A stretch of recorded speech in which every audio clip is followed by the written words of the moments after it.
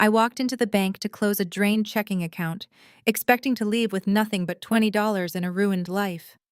Instead, the branch manager locked his doors, turned pale, and spun his monitor around to face me. $36 million stared back at me. He asked if I knew what action had triggered the release of this hidden trust.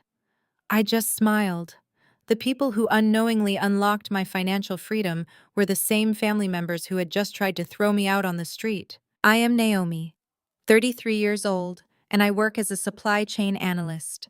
Before I tell you how my greedy parents dug their own financial grave, let me know where you are watching from in the comments below.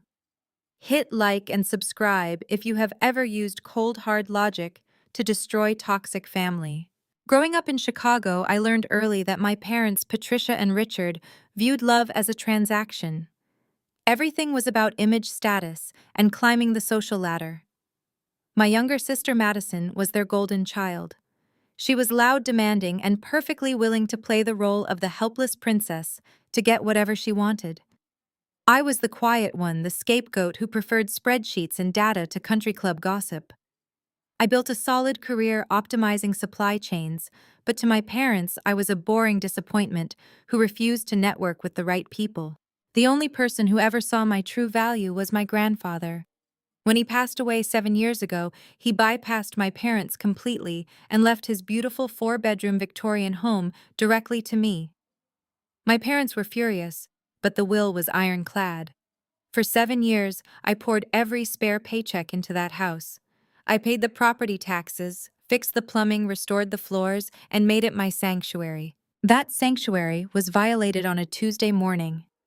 I was sitting at my kitchen island drinking my morning coffee before logging into a remote work meeting. The front door unlocked, and my parents walked in unannounced, using the emergency spare key I had foolishly given them years ago. Patricia marched into my kitchen, dropped her handbag on the counter, and slid a thick legal document across the granite.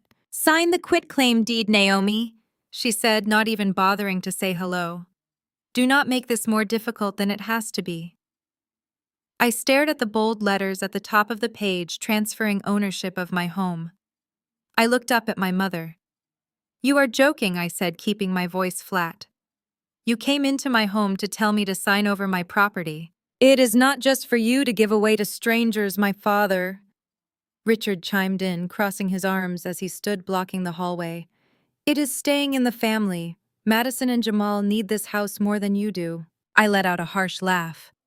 My sister married Jamal, an arrogant tech bro who produced absolutely nothing of value. Jamal launched a software startup, burning through investor capital without turning a single dime of profit. They leased a luxury penthouse and lived entirely on the illusion of success. "Madison is pregnant," Patricia announced, her chin raised in defiance. "They cannot raise a child in a downtown loft. They need space. They need a yard. They need this house right now." "Then Jamal should buy her one," I replied, sliding the document back. "I am not giving my house to your golden child." Richard slammed his hand down. "Do not speak about Jamal that way. He is an innovator. His company is just going through a temporary cash flow issue. They are restructuring their assets and they need capital. By transferring this house to them, Jamal can use the equity to save his company." I stared at them, completely disgusted by their audacity. "So let me get this straight," I said slowly. "You want me to sign away a house I have spent 7 years maintaining. You want me to give it to Jamal so he can mortgage it to the hilt and gamble the equity on a failing business. And when his company inevitably goes bankrupt, the bank will foreclose on my grandfather's house." "You are incredibly selfish," Patricia hissed. "You are a single woman, Naomi. You do not need 4 bedrooms. You do not need a yard. Family helps family. That is what people do when they actually care about each other." "I am not single," I reminded her, gripping the edge of the counter. "Carter and I are engaged. We are getting married in 6 months and starting our own family. We have our entire future mapped out, and it does not involve subsidizing Jamal and Madison." My parents exchanged a look. It was a look of smug satisfaction, a silent communication that they knew something I did not. "Carter understands the importance of family legacy," Richard said, a sickening smirk forming on his face. Carter understands building empires requires sacrifice. He is a reasonable man, Naomi, unlike you. He knows how the real world operates. What does Carter have to do with this? I demanded, my analytical brain suddenly identifying a massive red flag in their behavior. Before Richard could answer, the front door opened again. Footsteps echoed in the foyer. I turned to see Carter, my fiancé, walking into the kitchen. He was wearing his best tailored suit, holding his briefcase and avoiding my eyes. He walked past me and stood shoulder to shoulder with my parents. Carter, I said, my voice trembling slightly. What is going on here? Tell her, Richard commanded, pointing a finger at me. Tell her that it is already done. I slowly looked at the man I was supposed to marry in just 6 months. The very man who had promised to always protect me. He just looked back at me with eyes as cold as absolute ice. I need you to calm down, Naomi, Carter said, his voice maintaining that polished corporate tone he used in boardrooms. We need to look at this from a strategic perspective. Jamal is offering me the chief financial officer position at his startup. It is an executive role, equity-based salary, a fast track to the C-suite. I cannot pass that up. I stared at him, trying to process the words. You are selling me out for a job title at a company that is bleeding cash. It is not bleeding cash. Jamal just needs liquidity, Carter replied, adjusting his tie. Once your parents secure this house, they can leverage the equity to inject capital into the business. I will manage those funds as CFO. It is a mutually beneficial arrangement. Mutually beneficial, I repeated. You are stealing my house. It is not your house, Naomi, Patricia snapped. It belongs to the family. We are just correcting a mistake your grandfather made. I turned back to Carter. We are getting married in 6 months. We have a joint savings account for the wedding. We are building a life together. How can you stand there and betray me for a fake executive title? Carter sighed, checking his luxury watch. About the wedding savings, I have already handled that. A cold knot formed in my stomach. What do you mean you handled that? I opened my banking app on my phone. My hands were shaking so badly I could barely type my passcode. The screen loaded. Our joint savings account, the one I had been depositing my supply chain bonuses into for 2 years, showed a balance of 0. Where is my money, Carter? I demanded, my voice rising. Where is the $40,000? It is gone, Naomi, he said, completely unbothered. I withdrew the funds this morning. Consider it compensation for the time I have wasted in this relationship. You are obsessed with your spreadsheets and your quiet little life. Madison and Jamal have ambition. They are going places. I need to align myself with people who understand growth. You stole my money, I said, stepping toward him. That is grand theft. Actually, it is a joint account, Richard interjected, stepping between us. Either account holder has the legal right to withdraw the entire balance at any time. Carter did nothing illegal. He simply secured his own financial future before untangling himself from you. I looked at the 3 of them. My mother with her designer purse. My father with his smug satisfaction. My former fiancé who had just robbed me blind. They had planned this meticulously. They waited until the joint account was at its peak. They secured Carter a fake job title to buy his loyalty. They cornered me in my own kitchen to steal my grandfather's house. You have 2 hours to pack your personal belongings, Patricia announced, glancing at the wall clock. Jamal and Madison are arriving with the moving trucks at noon. They have already terminated the lease on their downtown loft. You cannot evict me from my own home, I said, gripping the granite counter. I am the sole owner on the deed. We have a court order. Richard pulled another document from his jacket. A temporary injunction. We filed an emergency petition claiming you are exhibiting signs of severe mental distress and are a danger to the property. Given your previous history of corporate burnout, the judge granted us temporary control of the premises pending a full conservatorship hearing. My breath caught in my throat. 2 years ago, I had suffered a severe bout of exhaustion from working 80-hour weeks to secure a major logistics contract. I had taken a medical leave of absence to recover. They were weaponizing my medical history to seize my property. If you refuse to leave, we will call the police, Richard warned. We will show them the injunction. We will tell them you are having a mental breakdown. They will place you on an involuntary psychiatric hold. Is that what you want, Naomi? Do you want to be dragged out of here in a straitjacket? They had boxed me in perfectly. If I fought back, they would use my anger as proof of mental instability. If I called the police, the temporary injunction would force me out anyway. They had used every legal and psychological loophole to strip me of everything I owned. 2 hours, Carter said, turning his back on me to pour himself a cup of coffee from my machine. I suggest you start packing.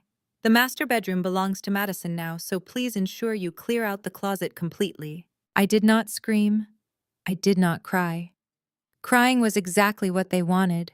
It would give them the satisfaction of seeing me break, and it would validate their fabricated narrative about my mental state.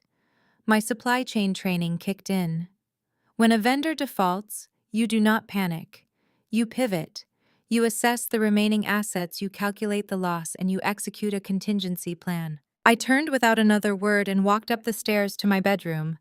I pulled my largest suitcase from the closet and began packing. I did not take the television or the expensive artwork. I took my laptop, my passport, my financial documents, and my clothes. I moved with absolute precision. Every shirt folded, every document secured. Downstairs, I could hear them laughing. I could hear Carter discussing his new salary with my father. I could hear my mother calling an interior decorator to discuss repainting my living room to suit Madison's taste. They were celebrating their victory. They thought they had completely destroyed me. They thought taking my wedding savings and my house would leave me destitute and begging for their mercy. They had no idea that their precise sequence of actions had just triggered a legal mechanism they knew nothing about. I zipped my suitcase shut and grabbed my laptop bag. I walked back downstairs. The three of them stopped talking and watched me approach the front door. "Leave your keys on the counter," Patricia ordered. I dropped the house keys on the glass table right next to the unsigned quitclaim deed. "You are going to regret this," Naomi Carter called out as I reached for the doorknob. "You are walking away from your family. You have nothing. You are nothing." I opened the door and stepped out into the crisp Chicago morning. I did not look back. I had exactly one destination in mind: the central branch of my bank. I needed to formally close the joint account Carter had drained, so my name would no longer be legally tied to his financial records. I expected to walk out of that bank with $0 to my name and start rebuilding my life from scratch. I had absolutely no idea that walking into that bank was about to turn me into a multimillionaire and give me the exact ammunition I needed to obliterate every single person in that house. The crisp Chicago wind hit my face the moment I stepped off the porch. I gripped my suitcase and walked down the driveway. I did not look back at the Victorian house that had consumed 7 years of my life. In my line of work, we call this a sunk cost. You cannot recover the time or capital already spent. You can only evaluate your current inventory and determine the most efficient path forward. My current inventory was grim. I had my laptop, a suitcase of clothes, my passport, and a dying phone. My checking account held a few $100s. The $40,000 I had saved for the wedding was gone. The house my grandfather left me was effectively stolen by my parents and my sister. My former fiancé had traded my loyalty for a fabricated executive title at a failing startup. I opened my rideshare app and booked a car to the central banking district. The fare was $24. I tapped confirm, watching my meager available funds drop. Sitting in the back of the sedan, I mentally compartmentalized the betrayal. There would be time to process the emotional devastation later. Right now, I needed to protect my identity and sever all remaining ties to Carter. When two entities merge, financial operations uncoupling requires surgical precision. A joint account is a liability. Carter had already drained the funds, but leaving the account open meant he could overdraft it or use it to damage my credit score. I needed my name off that account today. The car pulled up to the towering glass and steel structure of the downtown Central branch. I paid the driver, grabbed my suitcase, and walked through the revolving doors. The bank interior was a cavernous space of polished marble and hushed conversations. I joined the line for customer service, my posture straight, my expression neutral. A supply chain analyst knows how to wait. We calculate lead times. We anticipate delays. "Next customer, please," a young teller called out from Station 4. I stepped up to the counter and placed my driver license on the glass. I need to close a joint savings account and remove my name from the associated routing numbers, I said clearly. The other account holder has already withdrawn the entire balance this morning. I just need to terminate the account to prevent any future liabilities. The teller, a young man with a pristine name tag that read, Kevin, smiled politely. I can certainly help you with that, ma'am. Please swipe your debit card or enter your social security number on the keypad. I typed in my social security number. Kevin clicked his mouse a few times, navigating through the bank interface. I watched his eyes scan the screen. I expected a quick confirmation, a printed receipt of closure, and a polite goodbye. Instead, Kevin stopped typing. He leaned closer to his monitor. He clicked another button, his brow furrowing in confusion. A small error chime emanated from his computer. He pressed a few more keys, and then his face went entirely blank. He looked at me, looked back at the screen, and then swallowed hard. Is there a problem? I asked. Are there pending charges on the account? No, Mom, Kevin said, his voice sounding tight. There are no pending charges. The joint account is indeed at a zero balance. But my system is preventing me from closing your profile. It is generating an override code I have never seen before. Please excuse me for just one moment. Kevin stood up abruptly and walked away from his station. He bypassed the main desk entirely and hurried toward a set of frosted glass doors at the back of the bank, the area reserved for high net worth individuals and corporate wealth management. I stood at the counter, tapping my finger against the marble.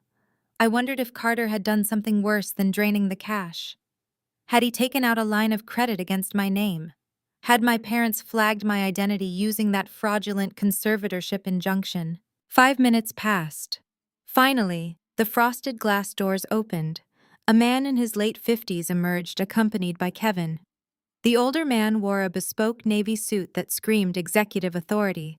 His silver hair was perfectly groomed, but his expression was incredibly strained. He was walking fast, his eyes scanning the lobby until they locked onto me. He approached my station, ignoring the waiting customers. He held a thick manila folder in his hands. His knuckles were white. Miss Naomi Vance, he said, keeping his voice incredibly low. Yes, I replied. Who are you? My name is David Rossi. I am the senior managing director of this branch and the head of our private wealth division. Rossi looked at my suitcase, then back at my face. His eyes darted around the open lobby, assessing who was within earshot. Mom, I am going to ask you to follow me into my private office immediately. I do not need private wealth management, Mr. Rossi, I stated plainly. I just need to close an empty joint account because my former fiancé stole my savings. I need to cut my financial ties and leave. David Rossi leaned across the counter. The color had completely drained from his face. He looked like a man who had just seen a ghost. Miss Vance, he whispered urgently. The joint account is irrelevant. You need to come with me right now. We have triggered an automatic security protocol on your social security number. Is it fraud? I demanded, refusing to move. Did my parents file something against my credit? Rossi shook his head slowly. It is not fraud. It is a dormant trust. A trust that has been sitting in our highest security tier for 7 years, waiting for a very specific set of legal conditions to be met. Those conditions were officially met this morning. Please gather your belongings and walk with me inside right now, Miss Vance. I gripped the handle of my suitcase and followed David Rossi past the bewildered teller. We walked through the frosted glass doors into a corridor lined with mahogany panels and thick carpets that swallowed the sound of our footsteps. Rossi led me into a corner office overlooking the Chicago skyline. He closed the heavy oak door behind us and turned the deadbolt with a solid click. He walked over to the motorized blinds and pressed a button, plunging the room into total privacy before gesturing for me to sit. I sat in the leather chair, keeping my laptop bag firmly on my lap. Rossi took his seat behind a massive desk. He opened the manila folder he had been clutching. His hands were remarkably steady for a man who had looked so panicked in the lobby. He turned his monitor around so it faced me directly. Mom, he began, his voice echoing slightly in the quiet room. Have you seen the balance on your account? I looked at the screen. It was an internal banking dashboard displaying a profile under my full legal name. Below my name was a routing number I did not recognize and a classification tag that read Tier 1 Private Wealth. Underneath that was the available balance. I stared at the numbers. I blinked and stared again. My supply chain brain, which routinely dealt with multi-million-dollar logistics contracts, tried to process the digits as a corporate ledger. But this was not a corporate ledger. This was my personal profile. $36,450,000. I leaned back in the chair. My pulse throbbed in my ears. Rossi, I said, my voice sounding distant and mechanical. What is this? Is this a routing error? Because if my parents are trying to use my identity to secure a fraudulent corporate loan for Jamal, I need to contact the federal authorities immediately. Rossi offered a small, reassuring smile. It is not a loan, Miss Vance, and it is certainly not an error. That money belongs entirely to you. It is the liquid asset portion of the Vance Legacy Trust. I shook my head. My grandfather left me his house, the Victorian property. That was the entirety of my inheritance. My parents made sure of that when they contested his original will. They took the stock portfolios and the business assets. I got the house. That is what your grandfather wanted them to believe, Rossi explained, leaning forward and clasping his hands. Your grandfather was a brilliant investor, but he was also a brilliant judge of character. He knew exactly what Richard and Patricia were. He knew their obsession with status and their complete lack of financial discipline. He also knew they favored your sister. Rossi tapped a document in his folder. 7 years ago, shortly before his death, your grandfather sat in this exact office. He established a shadow trust.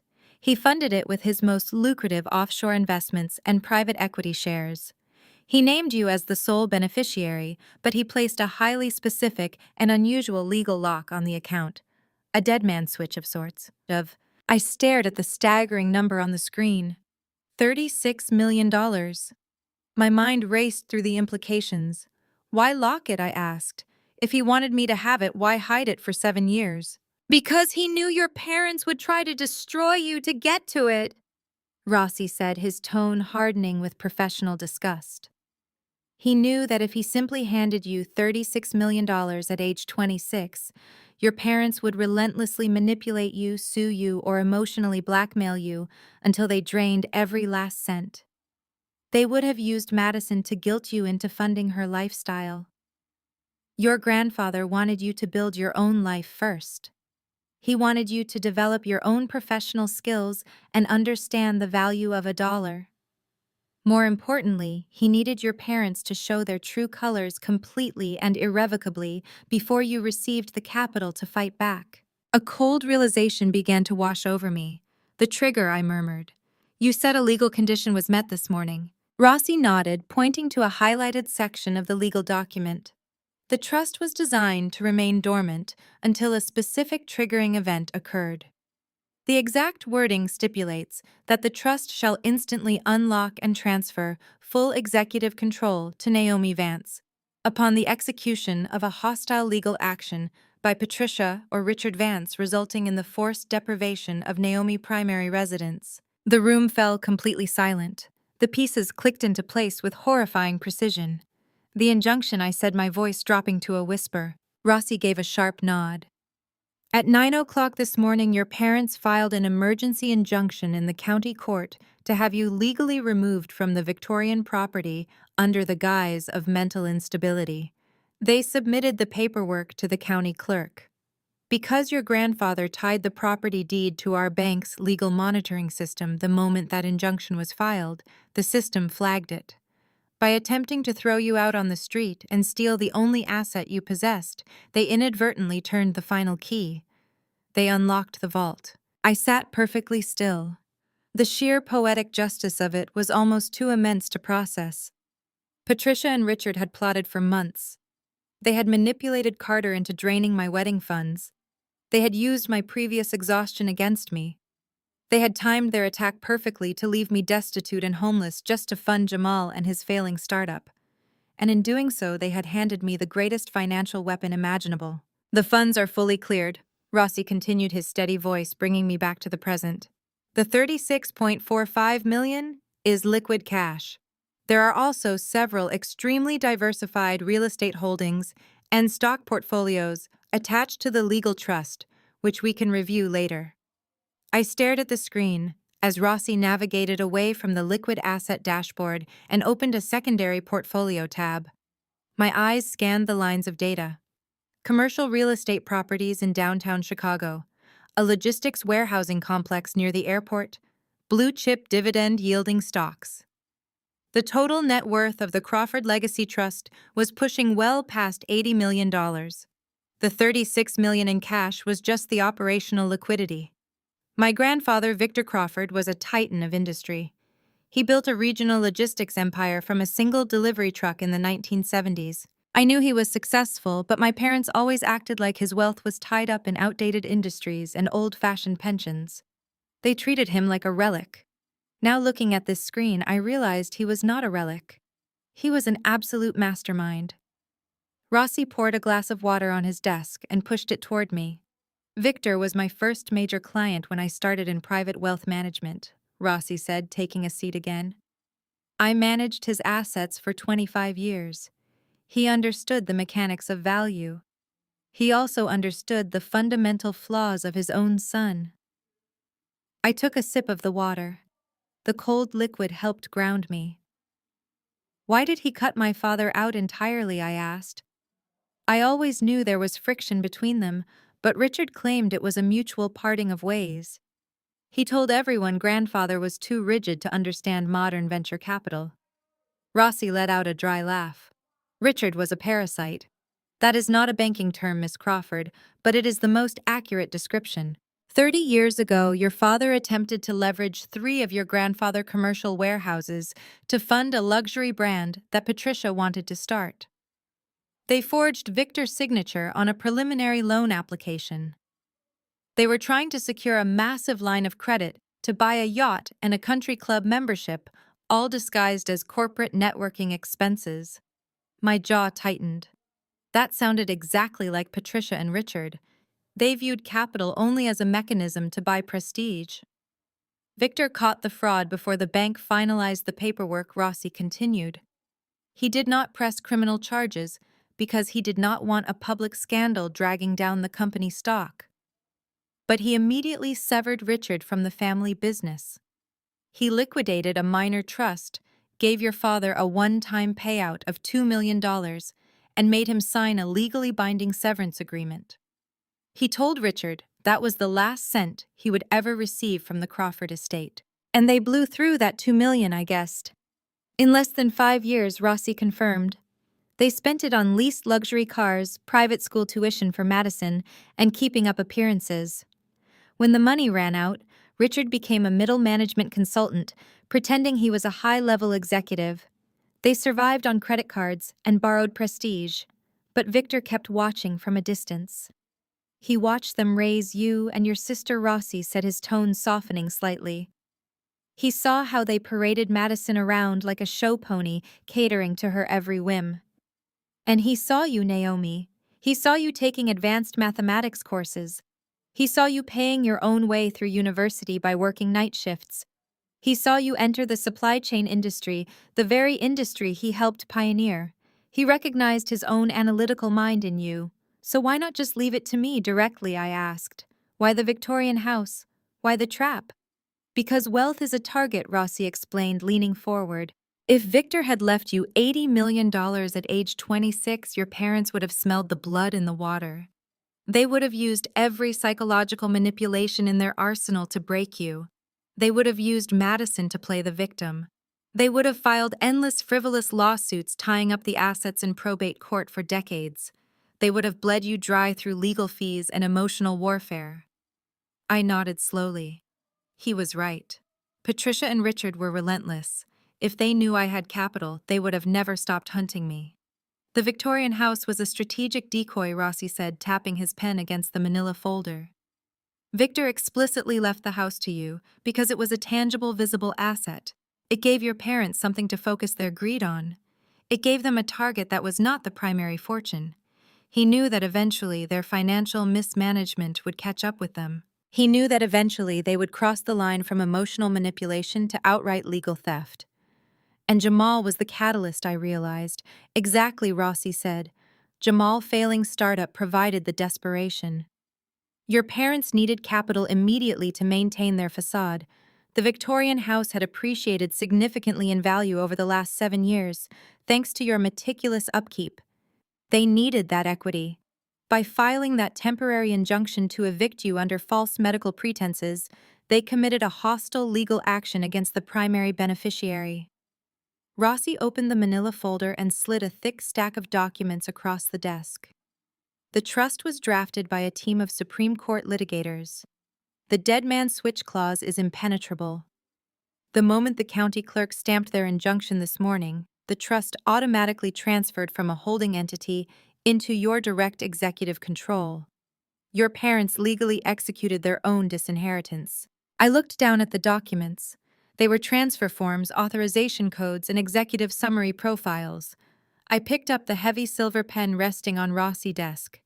I did not feel like a victim anymore. The betrayal that had paralyzed me was completely gone. I am ready, I said. Rossi nodded, pointing to the marked lines. By signing these, you are accepting full fiduciary control of the Crawford Legacy Trust, Rossi stated. You will have immediate access to the $36 million in liquid capital. I signed my name on the first line.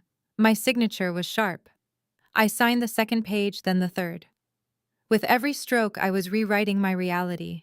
I was no longer the scapegoat daughter thrown out on the street. I was a multimillionaire taking control of an empire. Welcome to the Private Wealth Division, Miss Crawford, Rossi said. What is our first order of business? I smiled. We set a trap. We set a trap, I said, leaning forward. My supply chain training dictated the next sequence of events. When a competitor attempts a hostile takeover, you do not merely defend your assets. You analyze their supply lines, identify their dependencies, and sever them simultaneously. David Rossi folded his hands over the manila folder. His eyes gleamed with professional appreciation. He was a banker who had managed my grandfather's ruthless empire. He recognized the strategy.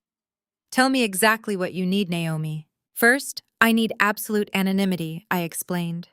If my parents or Carter discover I have capital, they will change tactics.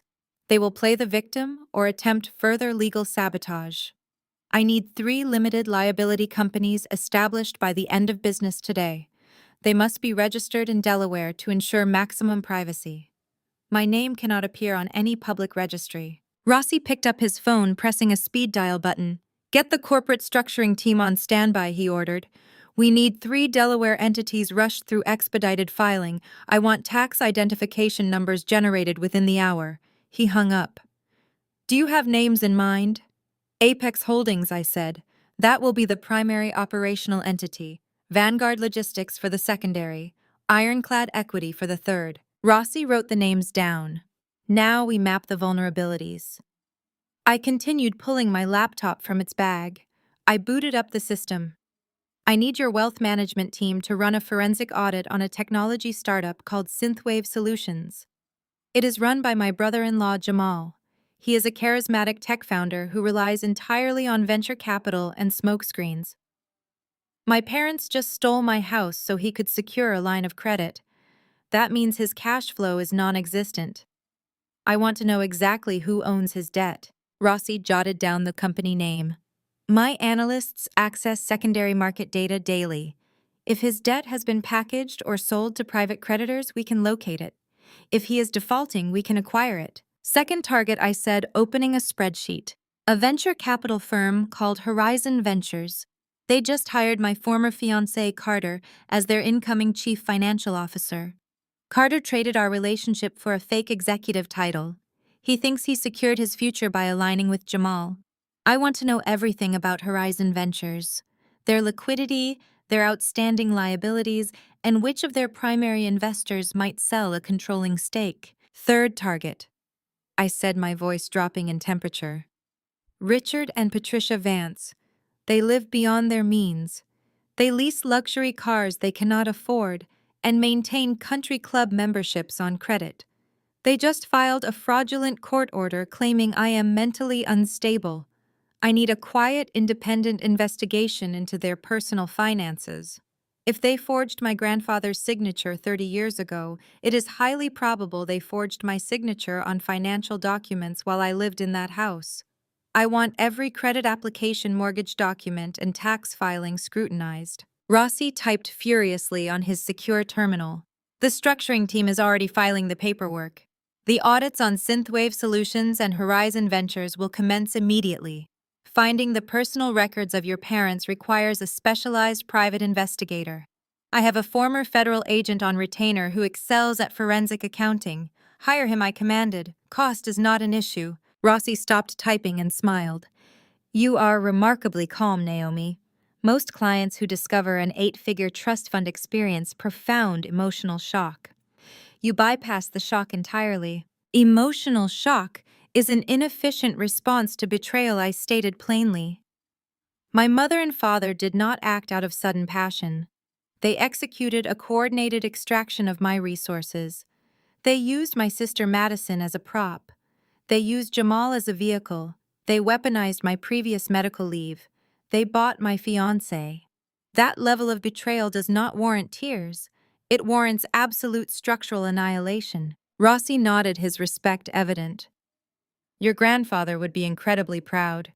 He always said the greatest flaw in business is allowing sentiment to dictate strategy. We spent the next 2 hours transferring funds. Rossi moved $10 million into Apex Holdings, providing immediate purchasing power for corporate acquisitions. He allocated $5 million to Vanguard Logistics and $5 million to Ironclad Equity. The remaining $16 million stayed in the secured private tier, generating aggressive daily interest. You need a secure base of operations, Rossi noted, handing me a heavy black titanium credit card linked to the Apex Holdings account.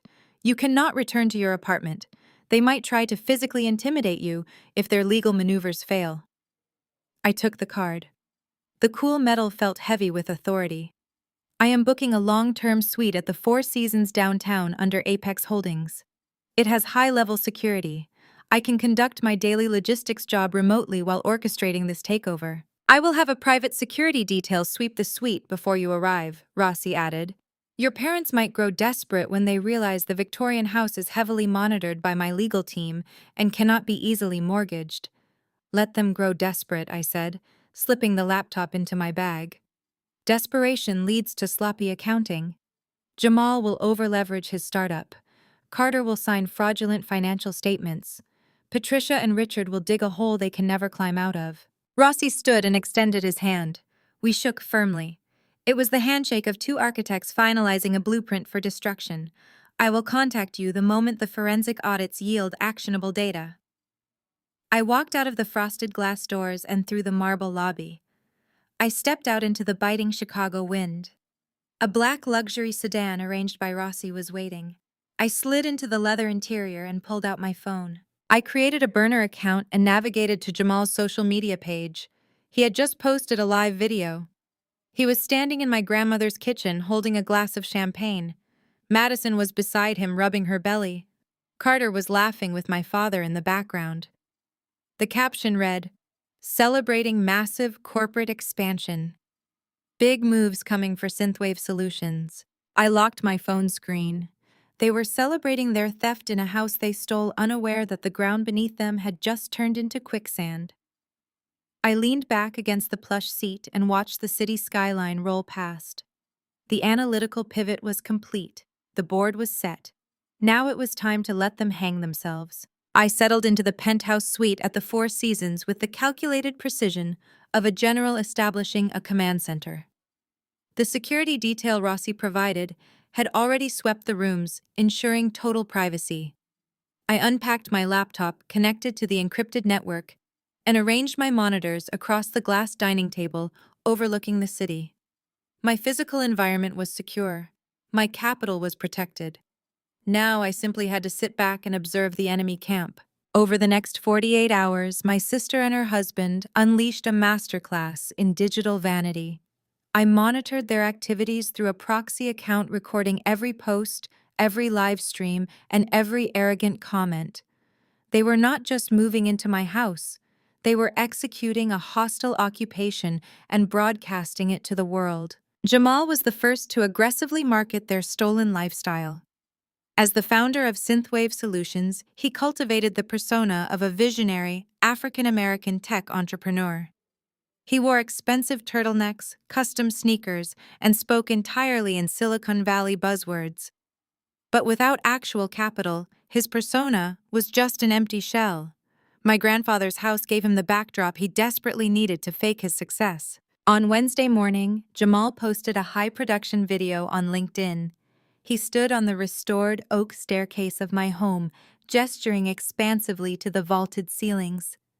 The caption read, "Scaling up operations.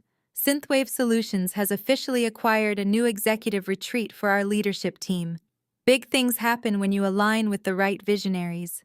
He aimed the camera toward the living room where Carter was sitting on my custom leather sofa holding a glass of scotch. Jamal grinned into the lens. "Proud to officially introduce our new Chief Financial Officer, Carter. We are finalizing our next funding round and pushing toward a massive valuation. Surround yourself with winners." I downloaded the video and forwarded it to the legal team at Apex Holdings. Jamal was publicly declaring my residential property as a corporate asset to inflate his company valuation. He was actively lying to his current and future investors. In the corporate world, that is not just bragging. That is securities fraud. Madison took a different but equally toxic approach. She commandeered Instagram, utilizing her pregnancy as a weapon of ultimate entitlement. She posted a constant stream of stories from my master bedroom. She had already hired a team of contractors to rip out the antique fixtures I had spent months restoring. Manifesting this dream home for our growing family, Madison captioned a photo of herself posing in front of my shattered bathroom vanity. "When you put positive energy into the universe rewards you. It feels so good to finally upgrade this space. The previous owner had terrible taste, but we are turning this dark, depressing house into a modern sanctuary." My mother, Patricia, commented on the post within seconds. "So proud of you, sweetie. You and Jamal deserve the absolute best. You worked so hard for this." I stared at the screen, analyzing the sheer delusion required to type those words. Madison had not worked a single day in 5 years. Her entire existence was funded by credit cards and parental bailouts. Yet here she was claiming the universe had rewarded her with a house she had literally stolen from her sister through a fraudulent court order. The digital gloating escalated on Thursday. Jamal hosted a catered networking event in the backyard. He hired a private chef, a bartender, and a string quartet. He invited angel investors, venture capitalists, and local tech influencers. He streamed the entire event live on his company page. He stood on the deck I had built with my own hands, holding a microphone and addressing the crowd. "When you build an empire, you have to make ruthless decisions," Jamal told his guests, his voice dripping with unearned authority. "You have to cut dead weight. You have to surround yourself with people who understand growth. This property represents our commitment to excellence. We do not settle, we conquer." Carter stood right beside him, nodding in agreement, looking like the ultimate corporate shark. My father, Richard, was in the background, mingling with the investors, handing out business cards, and pretending he was still a major player in the financial sector. They were selling a fantasy built entirely on a foundation of theft. But as a supply chain analyst, I knew how to read the hidden data beneath the shiny surface. I looked at the extravagant catering. I looked at the contractors tearing apart the master bathroom. I looked at the luxury cars parked in the driveway. None of it was paid for. They were funding this entire charade on the assumption that they could take out a massive line of credit against the house. They believed the equity was theirs for the taking. They were racking up hundreds of thousands of dollars in new debt, confident that the bank would approve their loan applications any day now. They did not know that David Rossi had already placed a hard legal lock on the property deed. The house could not be mortgaged, sold, or leveraged in any capacity. My legal team was letting them spend money they did not have. Every contractor they hired, every catered event they hosted, every expensive piece of furniture they ordered on credit was digging their financial grave a little deeper. My phone buzzed on the glass table. it was a secure message from Rossi. "The audits are complete," Rossi wrote. "The data is catastrophic. Synthwave Solutions is functionally insolvent. Horizon Ventures is heavily overleveraged. We have a clear path to acquisition, awaiting your authorization to initiate the buyouts." I looked at the live stream on my monitor. Madison was laughing, throwing her head back while showing off a diamond bracelet Jamal had just given her. Carter was clinking glasses with Richard, celebrating their stolen success. They looked invincible. They looked like they had won. I typed my response to Rossi. "Authorization granted," I wrote. "Execute the buyouts. Buy every single piece of debt Jamal owes. Buy the controlling stake in Carter's firm. Do it quietly. Let them keep celebrating." I closed the laptop and walked over to the floor-to-ceiling window looking out over the city. The storm was coming for them. It would not arrive with thunder or lightning. It would arrive in the form of corporate liquidation. And when it hit, there would be absolutely no shelter. Even the most perfectly optimized supply chain has a margin of error. In logistics, we account for the human element, the unavoidable physical reality that digital firewalls cannot entirely control. My margin of error arrived on a Friday afternoon in the form of a thick cream-colored envelope delivered by a federal courier to the front porch of my former home. Rossi had locked down the digital infrastructure of the Crawford Legacy Trust within hours.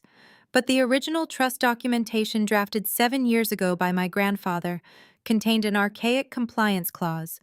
It required a physical notarized receipt of activation to be dispatched to the primary residence on file. We had updated the digital addresses to Apex Holdings, but the automated federal dispatch system was one step behind. The letter went straight to the Victorian House. I learned exactly how the events unfolded later that evening through a combination of Rossi and his cybersecurity alerts and the audio surveillance I had legally integrated into my smart home system years ago. I had installed the network to monitor the property while I traveled for logistics conferences. When my parents evicted me, they never bothered to change the router passwords or unplug the localized hubs. They were too busy celebrating their theft to secure their perimeter. Jamal was the one who intercepted the courier. He had been pacing the foyer all morning, aggressively refreshing his email and waiting for the bank to approve his massive line of credit against my house. The contractors were demanding their initial deposits for gutting my master bathroom, and the caterers from his networking event were threatening to send his accounts to collections. Jamal was sweating. His tech visionary persona was cracking under the weight of unpaid invoices. When the courier handed him the heavy envelope, Jamal did not respect my privacy. Desperation breeds entitlement. He saw the return address belonging to a top-tier wealth management law firm and assumed it was related to the property deed, or perhaps a residual asset he could leverage. He tore the envelope open right there in the hallway. Through the smart home microphone, I listened to the sound of paper rustling. Then I heard complete dead silence. The document did not contain account passwords or direct access codes. Rossi was too smart for that. But it did contain a formal declaration of trust execution. It listed my name, Naomi Vance, as the sole executive fiduciary. It referenced the immediate transfer of $36,450,000 in liquid assets. And it listed the primary routing origin for the private wealth division. For a man who built his entire personality around being a tech genius, Jamal finally found a use for his skills. He did not just read the paper. He ran to the room that used to be my home office. He booted up his multi-monitor rig and began typing frantically. Rossi called me on my encrypted line exactly 12 minutes later. "We have a breach on the outer firewall," Rossi said, his voice sharp and clinical. "Someone is running a trace on the institutional routing numbers listed on your trust activation receipt. The ping is originating from the IP address of your Victorian property." "Jamal," I replied, staring out the window of my hotel suite. He intercepted the physical compliance letter. How deep did he get? "Not deep enough to access the funds," Rossi assured me. "The capital is locked behind biometric and dual authentication firewalls. He cannot move a single cent." But he utilized a backdoor network scanner to pull the metadata associated with the routing sequence. He traced the asset movement from the dormant trust into the newly registered Delaware entities. He connected Apex Holdings, Vanguard Logistics, and Ironclad Equity directly to your Social Security profile, so he knows the exact dollar amount, I said. He knows everything, Rossi confirmed. He knows the house was a decoy. He knows the temporary injunction triggered the release of the capital. He knows you are sitting on an 8-figure cash reserve while they are drowning in debt.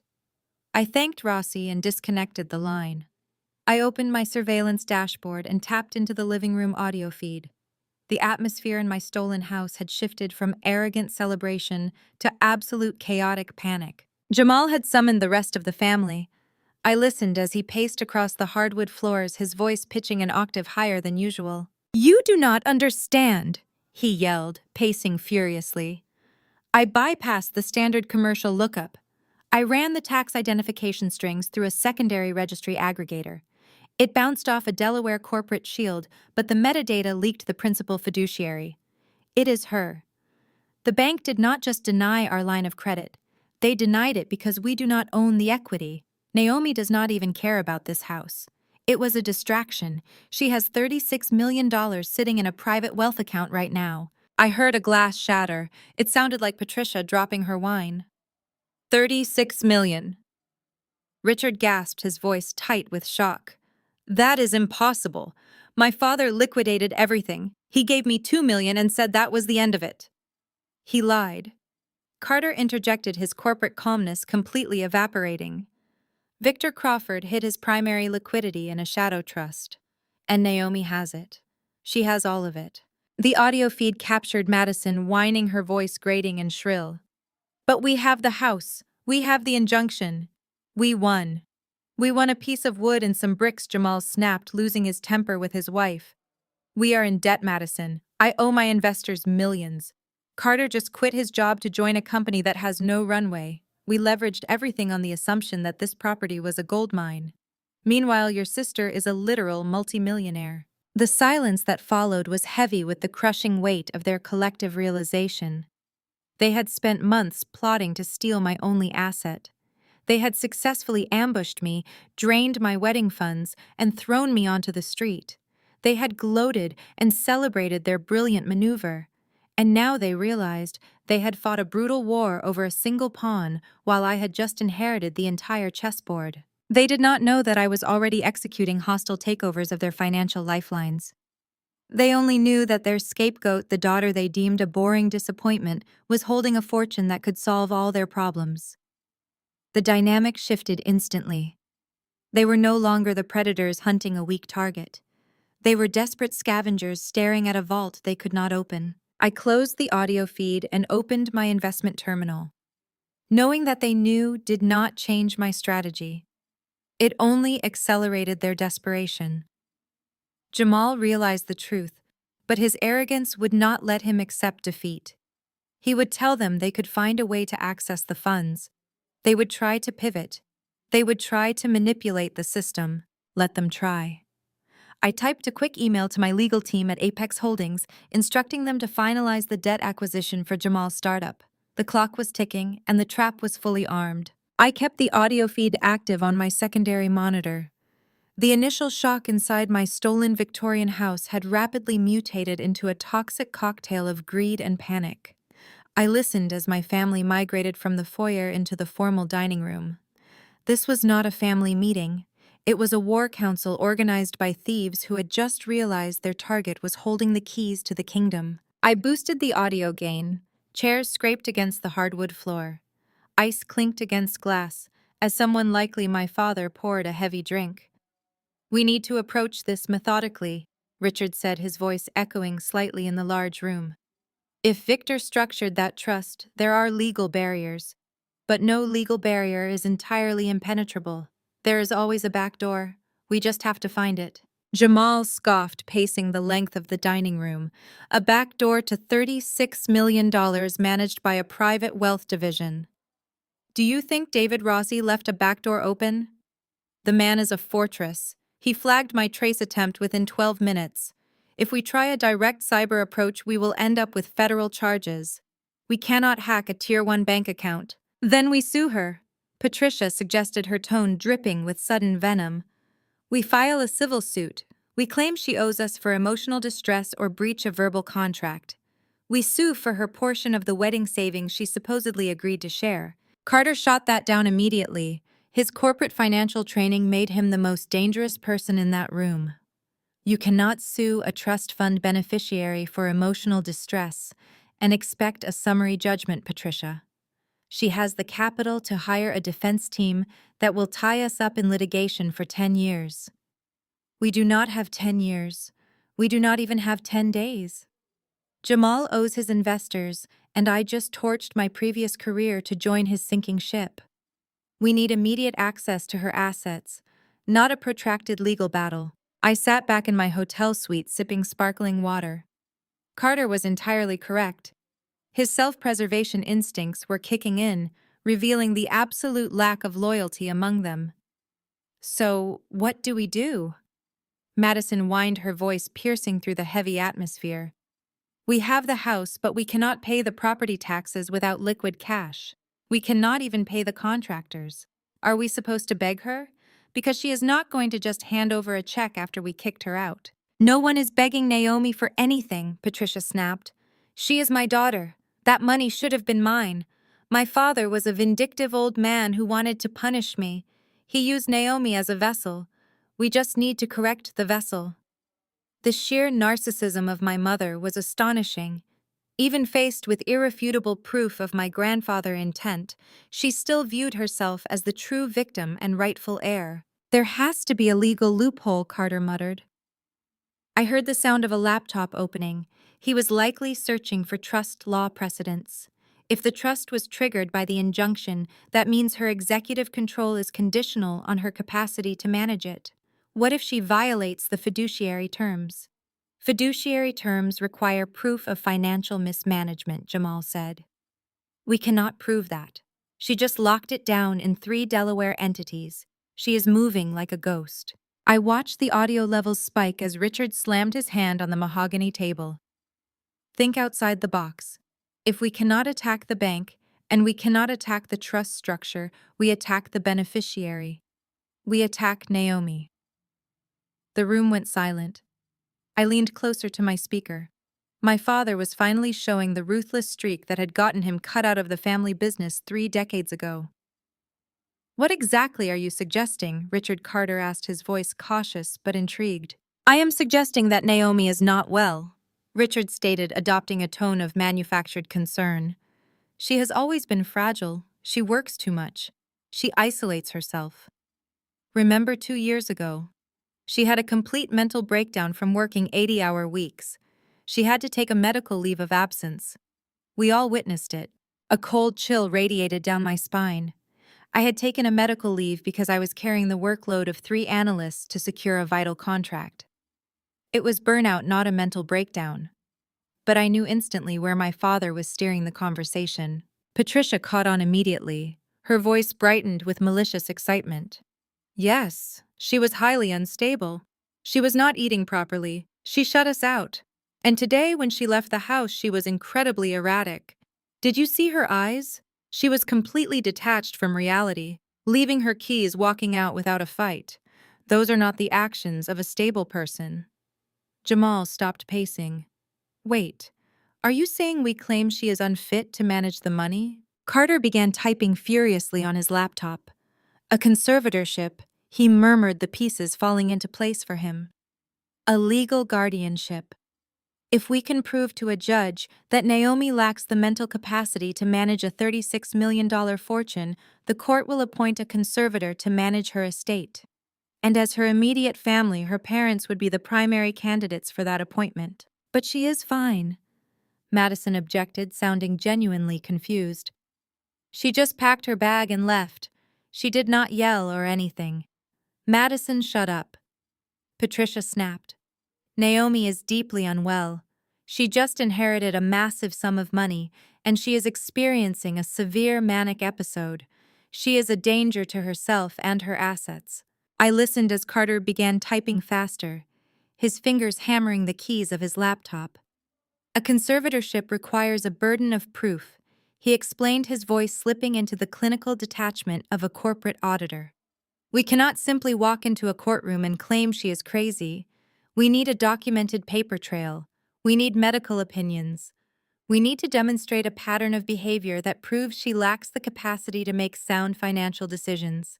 We have the paper trail, Richard countered smoothly.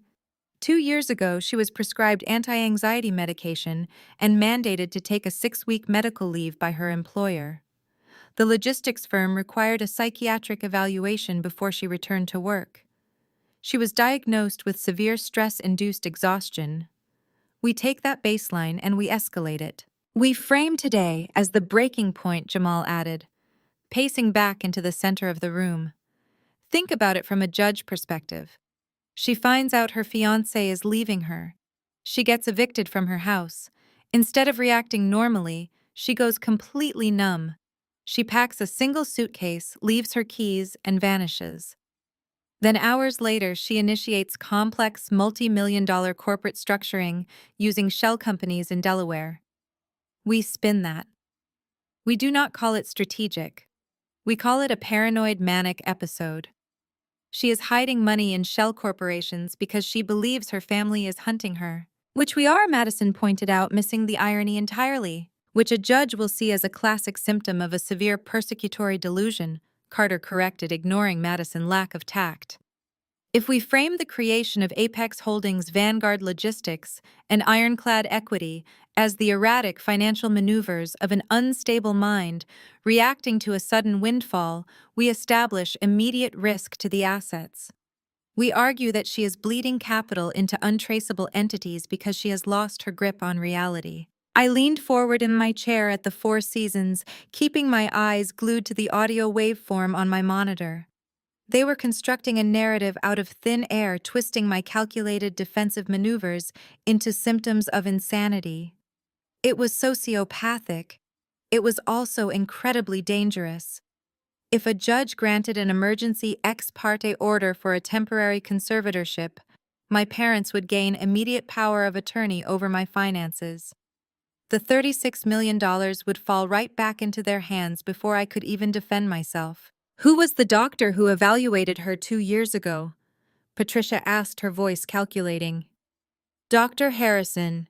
Yes, Dr. Harrison. He is the one who signed off on her medical leave. He operates that private clinic downtown. He is also heavily invested in local real estate, Richard noted, and he owes me a favor from a zoning board dispute a decade ago. I will call him tonight. I will tell him our daughter has suffered a catastrophic relapse triggered by a broken engagement and a sudden inheritance. I will tell him she is draining accounts and setting up shell companies in a manic fugue state. If I offer a substantial future donation to his private clinic, once we secure the trust, he will sign the preliminary medical affidavit we need for the emergency petition. This is brilliant, Carter murmured, closing his laptop. We file the emergency petition first thing Monday morning.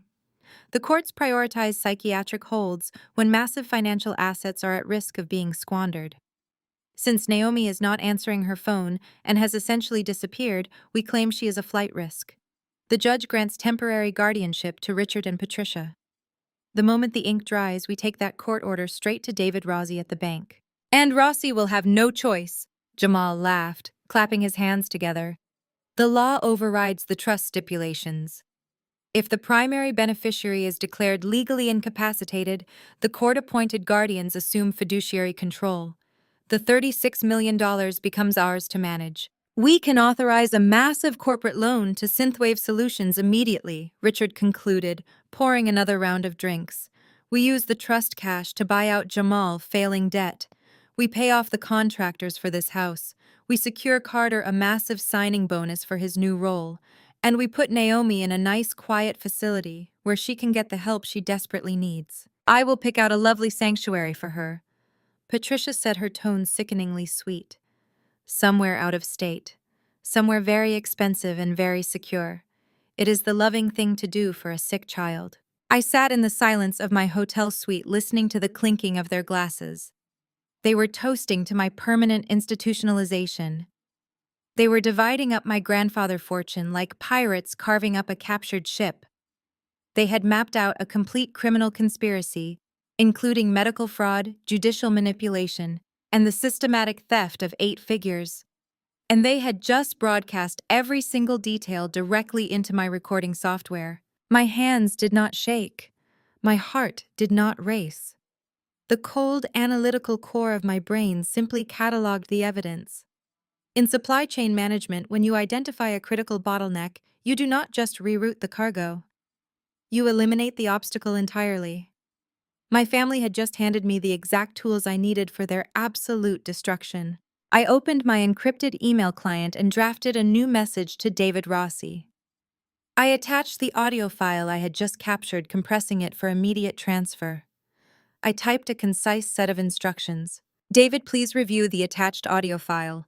Richard and Patricia Vance are planning to file a fraudulent ex parte conservatorship petition on Monday morning, utilizing a bribed medical professional named Dr. Harrison. They intend to use the Delaware LLC formations as proof of a manic episode. Forward this recording immediately to your Supreme Court litigators. We need to preempt their filing. Draft a preemptive cease and desist, and prepare a countersuit for criminal conspiracy to commit medical fraud. I paused, my fingers hovering over the keyboard. I needed to ensure the trap remained perfectly concealed until the gala. I added a final line. Do not block their petition outright. Let them file it. Let them commit perjury on the public record. Let Dr. Harrison submit a fraudulent medical affidavit. The higher they climb, the harder the impact when we cut the ropes. I hit send. The digital footprint was established, the legal countermeasures were in motion. My family thought they were orchestrating a brilliant maneuver to strip me of my freedom and my fortune. They did not realize they were simply marching single file into a meticulously designed slaughterhouse. I closed the audio feed and opened the financial dossiers Rossi had sent over earlier. It was time to accelerate the debt acquisition. I needed to own Jamal and Carter completely before Monday arrived. I opened the dossier labeled Synthwave Solutions. Jamal had pitched his company as a revolutionary artificial intelligence platform optimizing healthcare logistics. The reality was a fragile house of cards. The core technology did not exist. Jamal was outsourcing basic coding to cheap overseas contractors and using new investor capital to pay off early backers. It was a textbook Ponzi scheme disguised in Silicon Valley jargon. His cash burn rate was astronomical. He owed $15 million in high-interest venture debt, and the primary creditor was a mid-tier private equity firm named Blackwood Capital. I dialed Rossi. He answered immediately. I received your audio file, Naomi, Rossi said. His voice lacked its usual banking polish. I forwarded the recording to our lead litigator. An entire team is mobilizing right now. Your family is walking into a federal trap. Explain the legal mechanics I demanded. I want them to hit the concrete at maximum velocity. Our litigators are filing a sealed preemptive counterpetition in probate court, Rossi explained. It includes the audio transcript proving conspiracy to commit medical fraud. We are letting them file their ex parte injunction Monday. We want them to officially submit Dr. Harrison and his fraudulent medical affidavit. Entering that document into public record is felony perjury, triggering a federal investigation into the doctor. What about the judge, I asked. Will they grant the temporary guardianship before we strike? Rossi chuckled. The judge reviewing the docket Monday is Honorable Thomas Reynolds. We are ensuring our sealed counterpetition lands on his desk 5 minutes before your parents walk into his courtroom. He will see their fraudulent filing alongside undeniable proof of their criminal conspiracy. He will deny their petition immediately and refer the matter to the district attorney. Perfect, I said, staring at the Synthwave financials on my screen. Now we execute the financial squeeze. I am looking at Jamal and his debt structure. Blackwood Capital holds his $15 million note. Can Apex Holdings buy it out? I anticipated that move, Rossi said. Blackwood Capital is currently facing a liquidity crisis. Synthwave Solutions is categorized as a toxic asset. My acquisitions team reached out an hour ago representing Apex Holdings as an anonymous institutional buyer. We offered to purchase the Synthwave debt at 80 cents on the dollar. Blackwood practically begged us to sign. Finalize the purchase, I ordered. I want Apex Holdings to be the sole owner of Jamal and his company. When the ink dries, execute the debt covenants. Call in the loan. Demand full repayment within 48 hours. He will default instantly, Rossi noted. He does not have a fraction of that capital. I know, I said. That gives Apex Holdings the legal right to seize all company assets, intellectual property, and executive control. Jamal will be legally ousted from the company he founded by an invisible corporate entity. Consider it done, Rossi said. Horizon Ventures. Carter and his new employer relies on a primary institutional backer, a private equity syndicate holding a 60% voting stake. That syndicate is currently divesting from regional technology funds. Vanguard Logistics can purchase their entire stake for $12 million. Do it, I commanded. I want Vanguard Logistics to become the majority shareholder of Horizon Ventures before the weekend ends. Once Vanguard assumes voting control, convene an emergency board meeting to review their newly hired chief financial officer. Carter falsified his credentials to get that job. He claimed he managed millions in joint assets which he stole from me. When the board sees his actual financial history, they will terminate him for cause. Rossi paused. You are buying a venture capital firm just to fire your ex-fiancé. I am acquiring a lucrative regional fund at a distressed valuation, I corrected smoothly. Firing a fraudulent executive is simply a fiduciary responsibility to my new shareholders. Rossi laughed out loud. You are a terrifying woman, Naomi. Your grandfather would be opening a bottle of scotch right now. We still have the final targets, I reminded him. What did the private investigator find on Richard and Patricia Vance? My investigator pulled their financial history dating back 30 years, Rossi said. Their entire lifestyle is a tapestry of wire fraud. They have leveraged multiple properties using forged signatures. The most recent offense occurred 3 years ago. They secured a $2 million commercial loan using your identity as a guarantor. They forged your signature on the loan applications, Naomi. They used your excellent credit score to fund their luxury car leases and country club dues. A fresh wave of cold anger washed over me. They had been secretly exploiting my identity for years. Can we prove it? My investigator secured the original loan documents from the underwriter. Rossi confirmed. The signature analysis is conclusive.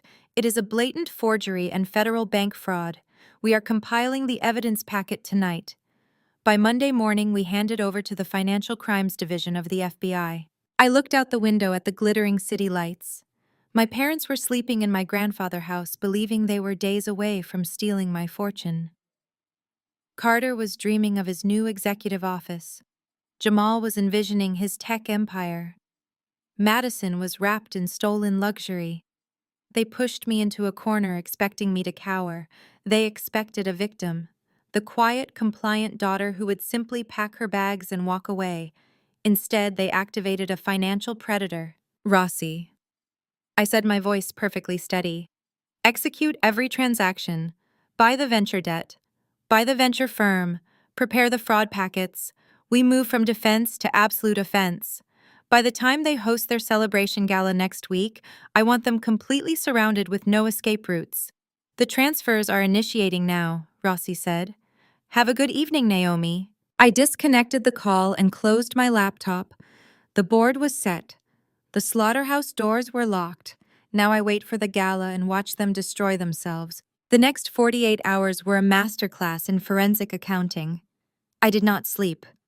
I ordered black coffee from room service and stared at the glowing monitors illuminating my hotel suite. David Rossi and his team had secured backdoor access to the data room at Blackwood Capital. Before finalizing the debt acquisition for Apex Holdings, I needed to perform my own due diligence on Synthwave Solutions. I needed to see exactly how Jamal had built his illusion. In supply chain management, we rely on the principle of trace and track. Every product, every component, every raw material leaves a digital footprint from the moment of manufacture to the point of delivery. Money operates on the exact same principle.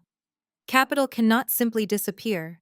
It merely changes form or changes hands. I opened the primary ledger for Synthwave Solutions. Jamal had marketed his company as an artificial intelligence powerhouse. He promised investors a proprietary algorithm capable of optimizing hospital logistics and reducing medical supply waste by 40%. It was a brilliant pitch. It was exactly the kind of disruptive technology that venture capitalists blindly threw millions of dollars at, hoping to find the next tech unicorn. But as I cross-referenced his corporate expenditures with his operational outputs, the entire facade disintegrated. There was no artificial intelligence algorithm. There was no proprietary software. Jamal had outsourced the core coding to a string of cheap, unverified freelance developers operating out of Eastern Europe. He paid them pennies to build a rudimentary web dashboard that looked impressive, but possessed absolutely no back-end functionality. It was a digital cardboard cutout. When investors asked to see the software in action, Jamal ran pre-recorded simulations. He faked the user metrics by hiring click farms to artificially inflate traffic to the Synthwave platform. I pulled up his accounts payable. The raw data was staggering. Jamal had secured his initial round of funding 3 years ago, $5 million from naive angel investors. Instead of allocating that capital toward research and development, he funneled it into executive compensation. He paid himself a massive base salary. He leased a commercial office space downtown specifically to host lavish parties. When the initial $5 million began to dry up, he sought out Blackwood Capital. He secured the $15 million venture debt note by presenting forged user engagement metrics and fraudulent revenue projections. But the most damning evidence was not the fake software. It was the gross misappropriation of the new capital. I tracked the outflow of the $15 million. Jamal was not just burning cash on corporate expenses. He was using the corporate accounts as his personal piggy bank. I found recurring wire transfers to high-end luxury boutiques. Madison had been purchasing designer handbags and shipping them to their loft, paid for entirely by Synthwave Solutions under the guise of corporate client gifting. I found receipts for private jet charters to Miami. I found invoices for custom jewelry. But the absolute final nail in his coffin was the payment structure for his early investors. Jamal was facing pressure from the angel investors who had seeded his initial $5 million. They wanted returns. They wanted to see the explosive growth he had promised. Because he had no actual revenue, Jamal took a portion of the $15 million he borrowed from Blackwood Capital and paid it out to the original investors disguised as early dividends. It was the classic definition of a Ponzi scheme. He was using new debt to pay off old equity, creating a false narrative of profitability. I leaned back in my chair, letting the cold reality of the data wash over me. Jamal was not just a failed entrepreneur. He was actively committing wire fraud, securities fraud, and corporate embezzlement. He was looking at a decade in federal prison if the Securities and Exchange Commission ever caught wind of his ledger. My encrypted phone buzzed on the glass dining table. It was Rossi. "The paperwork is finalized," Rossi announced, his voice crisp and strictly professional. Blackwood Capital signed the transfer agreements. They were desperate to offload the toxic asset before the end of the fiscal quarter. Apex Holdings is now the sole owner of the $15 million venture debt note attached to Synthwave Solutions. I pulled up the executed contract on my screen. I scanned the fine print, specifically looking for the default triggers. Venture debt is uniquely dangerous for founders because it is secured by the intellectual property and total assets of the company. It also includes strict financial covenants. "Did you ensure the acceleration clause remained intact?" I asked, keeping my eyes glued to the legal text. "It is fully intact," Rossi confirmed. The standard covenant requires Synthwave Solutions to maintain a minimum liquid cash reserve of $2 million. Based on your forensic audit, I assume he is currently violating that term. "He is violating it by a mile," I stated, taking a sip of the lukewarm coffee. "His operating account currently holds less than $40,000. He spent the rest faking his lifestyle and paying off his early backers. He is in absolute breach of contract.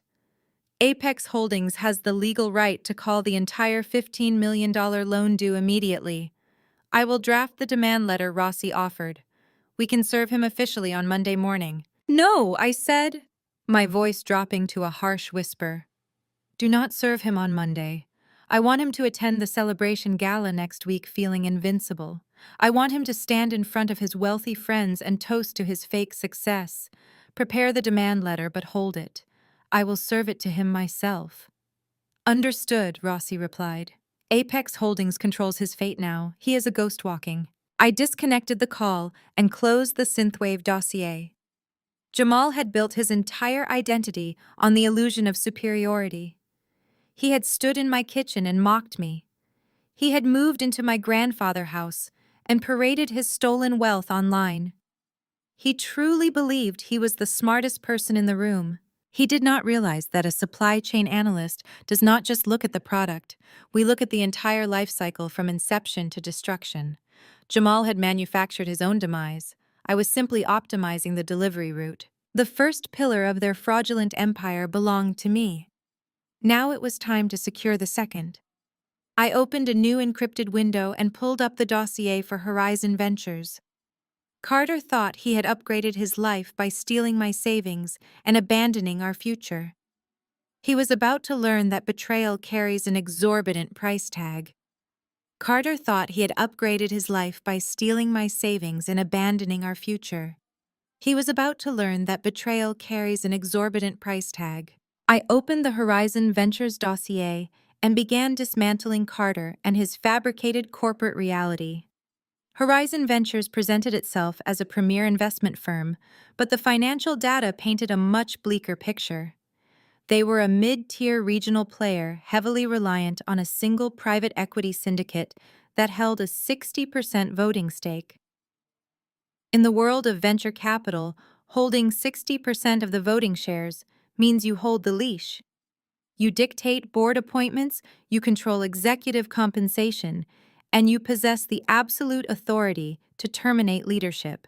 Carter had always been obsessed with perception. He wore tailored suits, he practiced his golf swing, and he spoke in a measured baritone designed to project authority. But beneath the veneer, he was nothing more than a mid-level accountant desperate for a shortcut to the C-suite. When Jamal offered him the connection to Horizon Ventures, Carter did not hesitate to sever our engagement and drain our joint savings account. He used that $40,000 to inflate his personal liquidity on his executive background check. He claimed he had successfully managed a multi-million-dollar private portfolio. That portfolio was a complete fiction. My encrypted phone illuminated with an incoming call from Rossi. "The Vanguard Logistics acquisition is in motion," Rossi stated, his voice steady and sharp. The private equity syndicate holding the 60% stake in Horizon Ventures was highly motivated to divest. They are overexposed in the regional tech sector and were actively looking for an exit strategy. Vanguard Logistics offered $12 million in pure liquid cash for their entire voting block. They accepted without a counteroffer. "When does the voting power officially transfer?" I asked, keeping my eyes on Carter and his fraudulent employment contract displayed on my monitor. "The legal transfer of shares clears on Monday afternoon," Rossi confirmed. At that exact moment, Vanguard Logistics becomes the majority shareholder of Horizon Ventures. You will have absolute control over their board of directors. "Excellent," I replied. "I need you to initiate a discreet internal audit of their newly appointed chief financial officer." Carter submitted falsified financial documents during his executive onboarding process. He claimed ownership of joint assets that did not exist, and he utilized stolen funds to misrepresent his personal liquidity. In corporate governance, that is a direct violation of executive fiduciary duty. Rossi paused for a moment, processing the legal weight of the maneuver. "If we prove he submitted fraudulent financial disclosures during his hiring process, we do not just fire him. We terminate him for cause. Termination for cause instantly voids any executive severance package, nullifies his signing bonus, and revokes his equity shares. He walks away with absolutely nothing. He walks away with less than nothing," I corrected. "When an executive is terminated for cause due to financial fraud, it becomes a permanent stain on his record. He will be legally obligated to disclose the nature of his termination on every future background check. He will never hold a financial position in the corporate sector again. His career is permanently over." "I will instruct the transition team to draft the termination paperwork," Rossi said. "How do you want to handle the execution?" "Schedule an emergency board meeting for next Friday evening," I commanded. "The exact same night my parents are hosting their celebration gala. I want Carter standing in a room full of wealthy investors sipping champagne and wearing his best suit when his phone rings. I want him to receive the notification from the board of directors that he has been stripped of his title and locked out of his corporate accounts. I want the humiliation to be absolute and public. Rossi let out a low whistle of appreciation. You are orchestrating a synchronized corporate execution, Naomi. It is brutal and it is brilliant. The paperwork will be ready. I ended the call and leaned back in my chair. The second pillar was officially secured. Carter had traded a loyal partner and a stable future for a hollow title at a vulnerable firm. He thought I was just a quiet supply chain analyst who would cry over a broken engagement and fade into the background. He fundamentally misunderstood the nature of my profession. Supply chain analysts do not cry over broken links. We identify the weak point, we isolate the failure, and we systematically dismantle the compromised infrastructure to protect the overall system. Carter was a compromised asset. He had looked me in the eye in my own kitchen and told me I was nothing. He had smirked while my parents threatened to have me committed. He had poured himself a cup of coffee and told me I had 2 hours to pack my belongings. He felt powerful because he thought he was holding all the cards. He failed to realize that I owned the table he was sitting at. By Monday afternoon, Vanguard Logistics would own the firm that paid his salary. By Friday evening, he would be branded a corporate fraud. The $40,000 he stole from me would be the most expensive money he ever touched. I closed the Horizon Ventures file and took a deep breath. 2 targets were locked. Jamal was facing corporate liquidation, and Carter was facing professional annihilation. That left only the final and most difficult targets: Patricia and Richard Vance, my parents. They were the architects of this entire nightmare. They had orchestrated the theft of my house, manipulated my medical history, and organized the fraudulent conservatorship plot. They believed they were invincible because they had spent 30 years evading the consequences of their financial crimes. They had forged signatures, committed bank fraud, and lived a life of stolen luxury. It was time to bring their 30-year run of deception to a violent halt. I opened the final encrypted dossier provided by Rossi and his former federal investigator. The file was simply labeled Vance Criminal Audit. I cracked my knuckles and prepared to dissect the financial crimes of the people who had given me life. The digital pages revealed 30 years of systemic financial abuse. Patricia and Richard operated a continuous criminal enterprise disguised as suburban success. I scrolled through the staggering summary. Bank statements, mortgage applications, wire transfers, and credit reports were meticulously cross-referenced. They maintained country club memberships and leased luxury vehicles through predatory borrowing. When their credit scores collapsed, they sought a new guarantor right under their roof. I opened the subfolder labeled Identity Theft. 3 years ago, my credit score was immaculate. My parents convinced me to let them handle routine tax filings, claiming their accountant could save me money. They used my personal information to bypass security protocols of a major commercial lender. I stared at a commercial loan application for $2 million. The applicant was a shell company my father registered. The primary guarantor was Naomi Vance. In blue ink was my forged name, mimicking my sharp angles and deliberate spacing. Patricia had always been good at mimicking handwriting. She used to forge sick notes for Madison in high school so my sister could skip exams. She had taken that domestic deception and escalated it to federal bank fraud. They had used my spotless credit history to secure $2 million in capital. I tracked the disbursement of those funds. They did not invest it.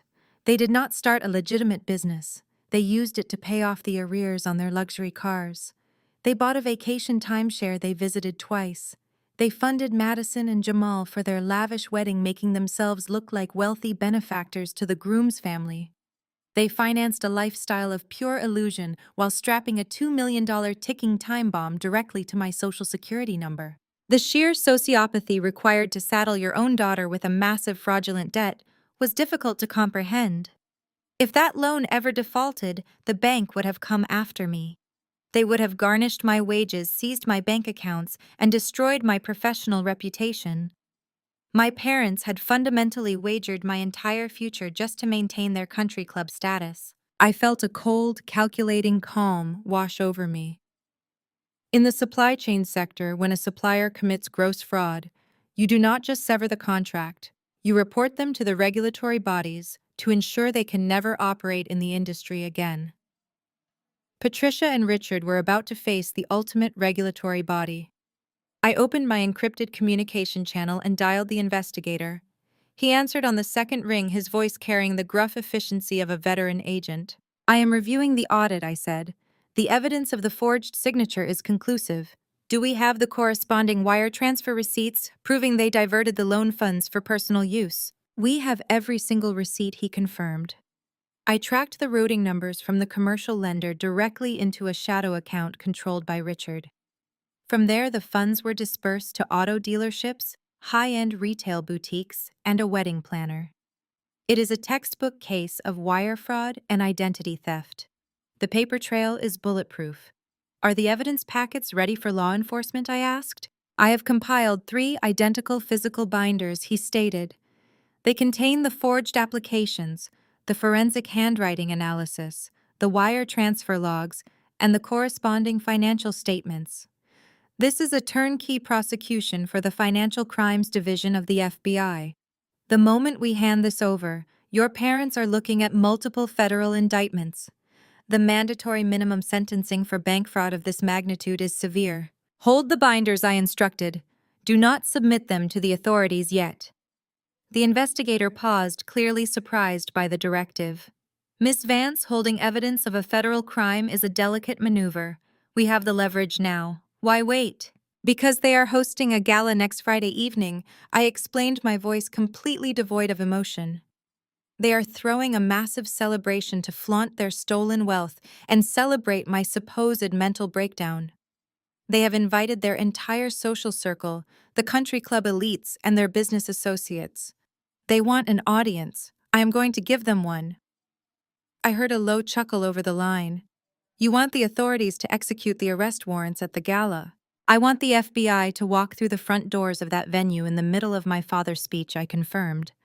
"I want the federal agents to place Patricia and Richard in handcuffs while their friends and investors watch. I want the humiliation to be absolute and inescapable. When they tried to throw me out on the street, they did it in broad daylight. They wanted me to feel small. They are about to learn what it feels like to be completely dismantled in public." "I will coordinate with my contacts at the Federal Bureau," the investigator said. "I can arrange for the warrant execution to align with your timeline. They love a high-profile arrest. It makes for excellent optics.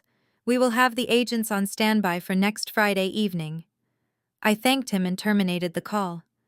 I closed the audit file and leaned back against the plush leather chair in my hotel suite. The third and final pillar of my retaliation was securely in place. My parents believed they were the masterminds of a brilliant financial heist. They thought their fraudulent conservatorship petition would quietly grant them access to $36 million. They thought they could simply erase me from the equation. They had no idea that their greed had triggered a chain reaction of total annihilation. By Friday night, Jamal would lose his company, Carter would lose his career, and Patricia and Richard would lose their freedom. The meticulous planning was complete. The Delaware shell companies were active and armed. The debt was purchased. The board takeovers were scheduled. The criminal evidence was packaged and ready for delivery. I had weaponized my grandfather's fortune exactly as he intended. I stood up and walked toward the panoramic window looking out over the illuminated Chicago skyline. For the first time in my life, I felt completely untethered from the toxic gravity of my family. I was no longer the scapegoat. I was the architect of their destruction. The gala was exactly 1 week away. I had a custom-tailored suit to purchase and a highly anticipated entrance to prepare for. Friday evening arrived with the kind of manufactured prestige my parents specialized in. They had rented the grand ballroom of the Palmer House, a venue that required a $50,000 deposit just to secure the date. The room was a monument to their credit card limits. Crystal chandeliers cast a warm glow over tables draped in imported silk linens. A 12-piece string quartet played classical arrangements in the corner. Waiters in white tuxedos circulated with silver trays of beluga caviar and vintage champagne. It was an absolute masterpiece of financial suicide. Every floral arrangement, every ice sculpture, Every drop of expensive alcohol was paid for with money they did not have borrowed against a future they were never going to see. I monitored the early arrivals from a private suite upstairs through a discreet audio feed I had secured by hiring one of the event catering staff. Patricia was holding court near the entrance, wearing a custom gown that screamed desperation masquerading as wealth. She greeted the country club elites with practiced kisses on the cheek. "Oh, we are just so blessed," Patricia cooed to the wife of a local real estate developer.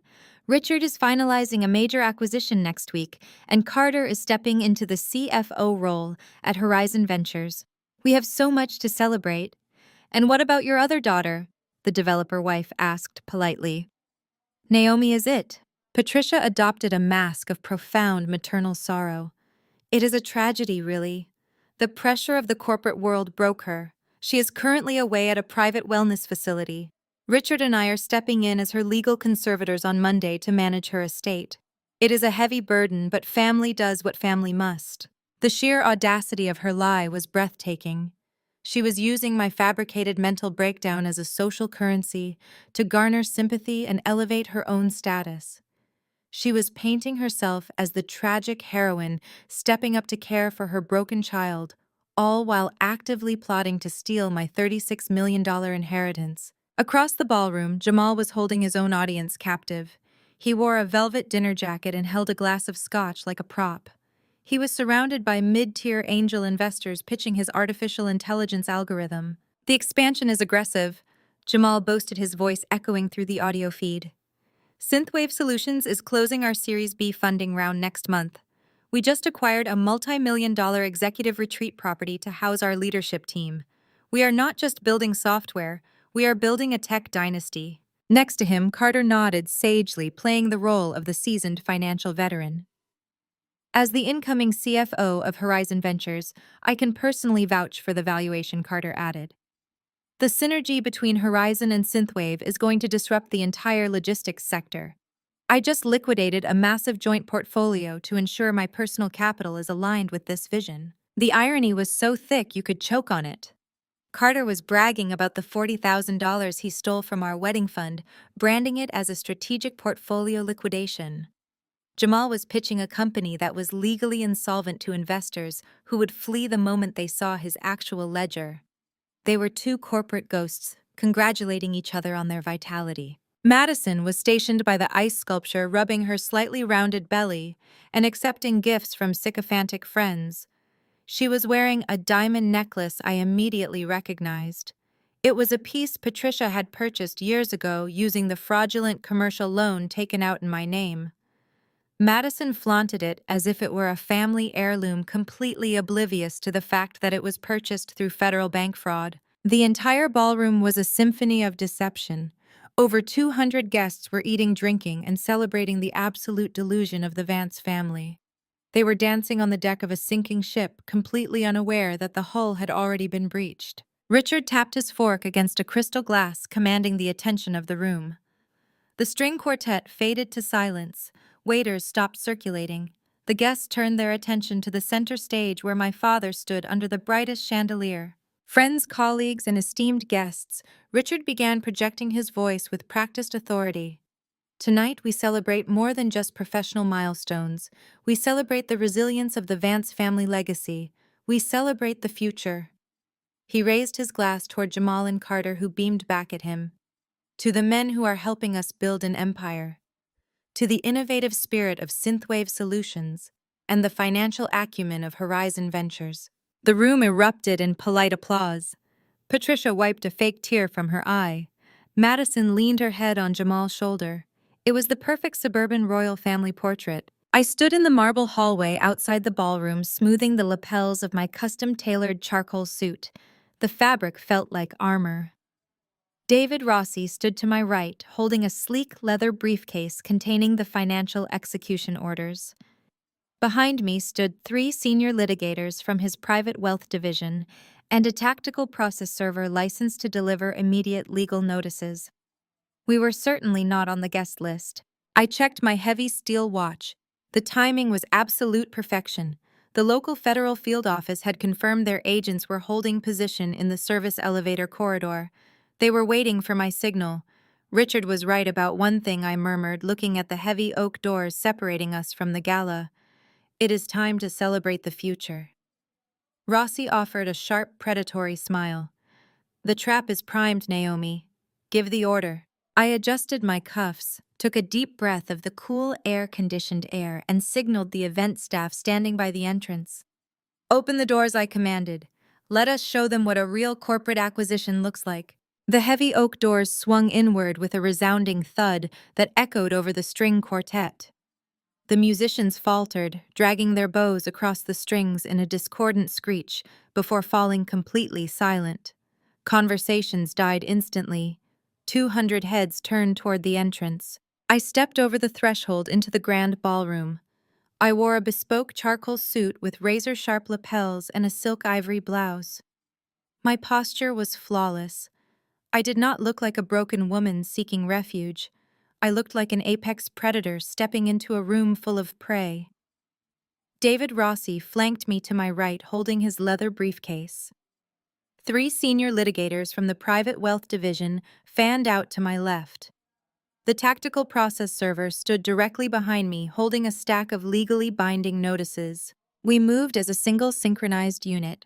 The crowd parted instinctively. I kept my eyes locked on the center stage, where my father still stood holding his crystal glass. His smug expression evaporated, replaced by a look of sheer, unadulterated panic. Beside him, Jamal and Carter froze. But it was my mother who reacted first. Patricia possessed the survival instincts of a cornered animal. She realized instantly that my presence threatened the fragile narrative she had spent all evening weaving to her country club friends. She had to control the optics immediately. She lunged forward, pushing her way through the crowd of wealthy investors and real estate developers, her face contorted into a mask of exaggerated maternal anguish. She threw her hands up to her mouth, manufacturing a sob that was loud enough for the entire ballroom to hear. Naomi! Oh, my sweet, poor Naomi! Patricia cried out, rushing toward me. Her voice trembled with theatrical desperation. What are you doing here? You are supposed to be resting at the wellness facility. You are not well, sweetheart. She reached out, attempting to grab my shoulders and pull me into a forced embrace. She wanted to physically steer me out of the room while maintaining the illusion of a loving mother dealing with a psychiatric crisis. I did not step back. I simply raised my right hand palm facing outward in a gesture of absolute authority. The movement was so sharp, so commanding, that Patricia stopped dead in her tracks inches from my suit. Do not touch me, I said. My voice was not loud, but it possessed a cold acoustic resonance that carried across the silent ballroom. Patricia blinked her eyes, darting nervously to the surrounding guests. She lowered her voice to a vicious whisper intended only for me. What are you doing, you stupid girl? You are ruining everything. Security is going to drag you out of here in a straitjacket. Then she raised her voice again, projecting her fake sorrow to the room. Everyone, please excuse my daughter. She is having a severe manic episode. The stress has completely shattered her mind. Richard, come help me escort our sick child to the car. Richard scrambled down from the stage, handing his glass to a waiter. He marched toward us, puffing out his chest, trying to project paternal control. Naomi, you are causing a public disturbance, Richard barked. You lack the mental capacity to be here. We are your legal conservators, and we are taking you to a hospital right now. I looked at my father, then at my mother. They were fully committed to the lie. They were betting their entire social standing on the assumption that I would break down or act erratically, validating their claims. I smiled. It was a terrifying smile. Legal conservators. I repeated the words, ringing clearly through the ballroom. That is a fascinating claim, Richard, because according to the state Supreme Court, you are nothing more than a desperate man committing medical fraud. A collective gasp rippled through the crowd. Patricia's face turned a sickly shade of gray. What are you talking about? Richard stammered, his confident facade fracturing. I gestured to the lead litigator standing to my left. Hand them the ruling. The litigator stepped forward. He did not hand the document to my father. He held it up, displaying the official court seal for the surrounding guests to see. Then he read directly from the executive summary. At 9 o'clock this morning, Richard and Patricia Vance submitted an ex parte petition for emergency conservatorship over Naomi Vance, the litigator announced, his voice booming with legal authority. Attached to this petition was an affidavit signed by a Dr. Harrison claiming Miss Vance was mentally incapacitated. The litigator turned the page. 5 minutes prior to that filing, our firm submitted a sealed counterpetition to the Honorable Thomas Reynolds. Our petition included irrefutable audio evidence of Richard and Patricia Vance conspiring to bribe Dr. Harrison for a fabricated medical diagnosis in order to unlawfully seize a $36 million trust fund belonging to their daughter. The ballroom erupted in a cacophony of shocked whispers. Investors exchanged horrified glances. The wives of the developers physically took a step away from my mother. "That is a lie," Patricia shrieked, her voice pitching into genuine hysteria. "She is making this up. She is insane." I signaled the litigator to finish. Judge Reynolds denied the conservatorship petition immediately. The litigator continued unbothered by her screaming. He ruled the medical affidavit fraudulent. He has issued a formal bench warrant for Dr. Harrison and referred Richard and Patricia Vance to the district attorney for conspiracy to commit medical fraud and perjury. I stepped forward, closing the distance between myself and my mother. I looked down into her panicked eyes. "You thought you could weaponize my exhaustion," I said, my voice dropping to a lethal whisper. "You thought you could bribe a doctor, label me crazy, and steal my grandfather's fortune while I was locked in a facility. You thought you were playing chess, but you do not even know the rules of the game. I am your mother." Patricia gasped, tears of actual terror streaming down her cheeks. "You cannot do this to me." "You forfeited the right to call yourself my mother the moment you forged my signature to fund your country club dues," I replied. Richard lunged forward, raising his hand as if to strike me. "You ungrateful wretch!" he roared. Before his arm could even descend, the tactical process server intercepted him, shoving a thick manila envelope hard into his chest. "Richard Vance, you have been served," the process server stated loudly. My father stumbled back, clutching the envelope. "What is this?" he demanded. I smoothed my lapels, looking at the man who had abandoned his role as a father decades ago. "Those are the formal notices of federal bank fraud," I explained calmly. "My forensic accountant secured the original commercial loan documents you signed 3 years ago, the ones where you forged my signature to steal $2 million. The Federal Bureau of Investigation has already received identical copies." The silence in the ballroom was absolute. The guests were paralyzed, witnessing the brutal public execution of the Vance family legacy. Patricia collapsed onto the floor, weeping uncontrollably, her designer gown pooling around her. Richard stood frozen, staring at the envelope as if it were a venomous snake. I turned my attention away from my parents and looked toward the stage. Jamal and Carter were standing there, looking like deer caught in the headlights of an oncoming freight train. "Do not worry, gentlemen," I called out, my voice projecting across the room. "I did not forget about you. Let us talk about corporate acquisitions." Section 17. 1,000 words. The crowd of wealthy investors parted like the Red Sea as I walked toward the stage. Jamal stood frozen under the spotlight. His velvet dinner jacket suddenly looked like a cheap costume. The smug tech visionary persona he had cultivated so carefully was melting off his face. I stopped at the edge of the stage, looking up at him. "You have been pitching a fascinating story tonight, Jamal," I said, my voice projecting clearly to the captive audience. "You told these angel investors that Synthwave Solutions is an artificial intelligence powerhouse. You claimed you were building a tech dynasty." I turned to face the crowd, specifically targeting the group of venture capitalists who had been hanging on his every word just minutes ago. "I am a supply chain analyst," I told them. "My job is to track resources from inception to delivery, so I decided to track the resources of Synthwave Solutions. Do you want to know what I found?" Jamal panicked. "Security!" he shouted, his voice cracking. "Get her out of here. She is trespassing." Nobody moved. The hotel security guards had already been briefed by my legal team. They stood firmly by the exits, watching the scene unfold. I found a cardboard box painted to look like a server rack. I continued pulling a financial dossier from the leather briefcase. There is no artificial intelligence algorithm.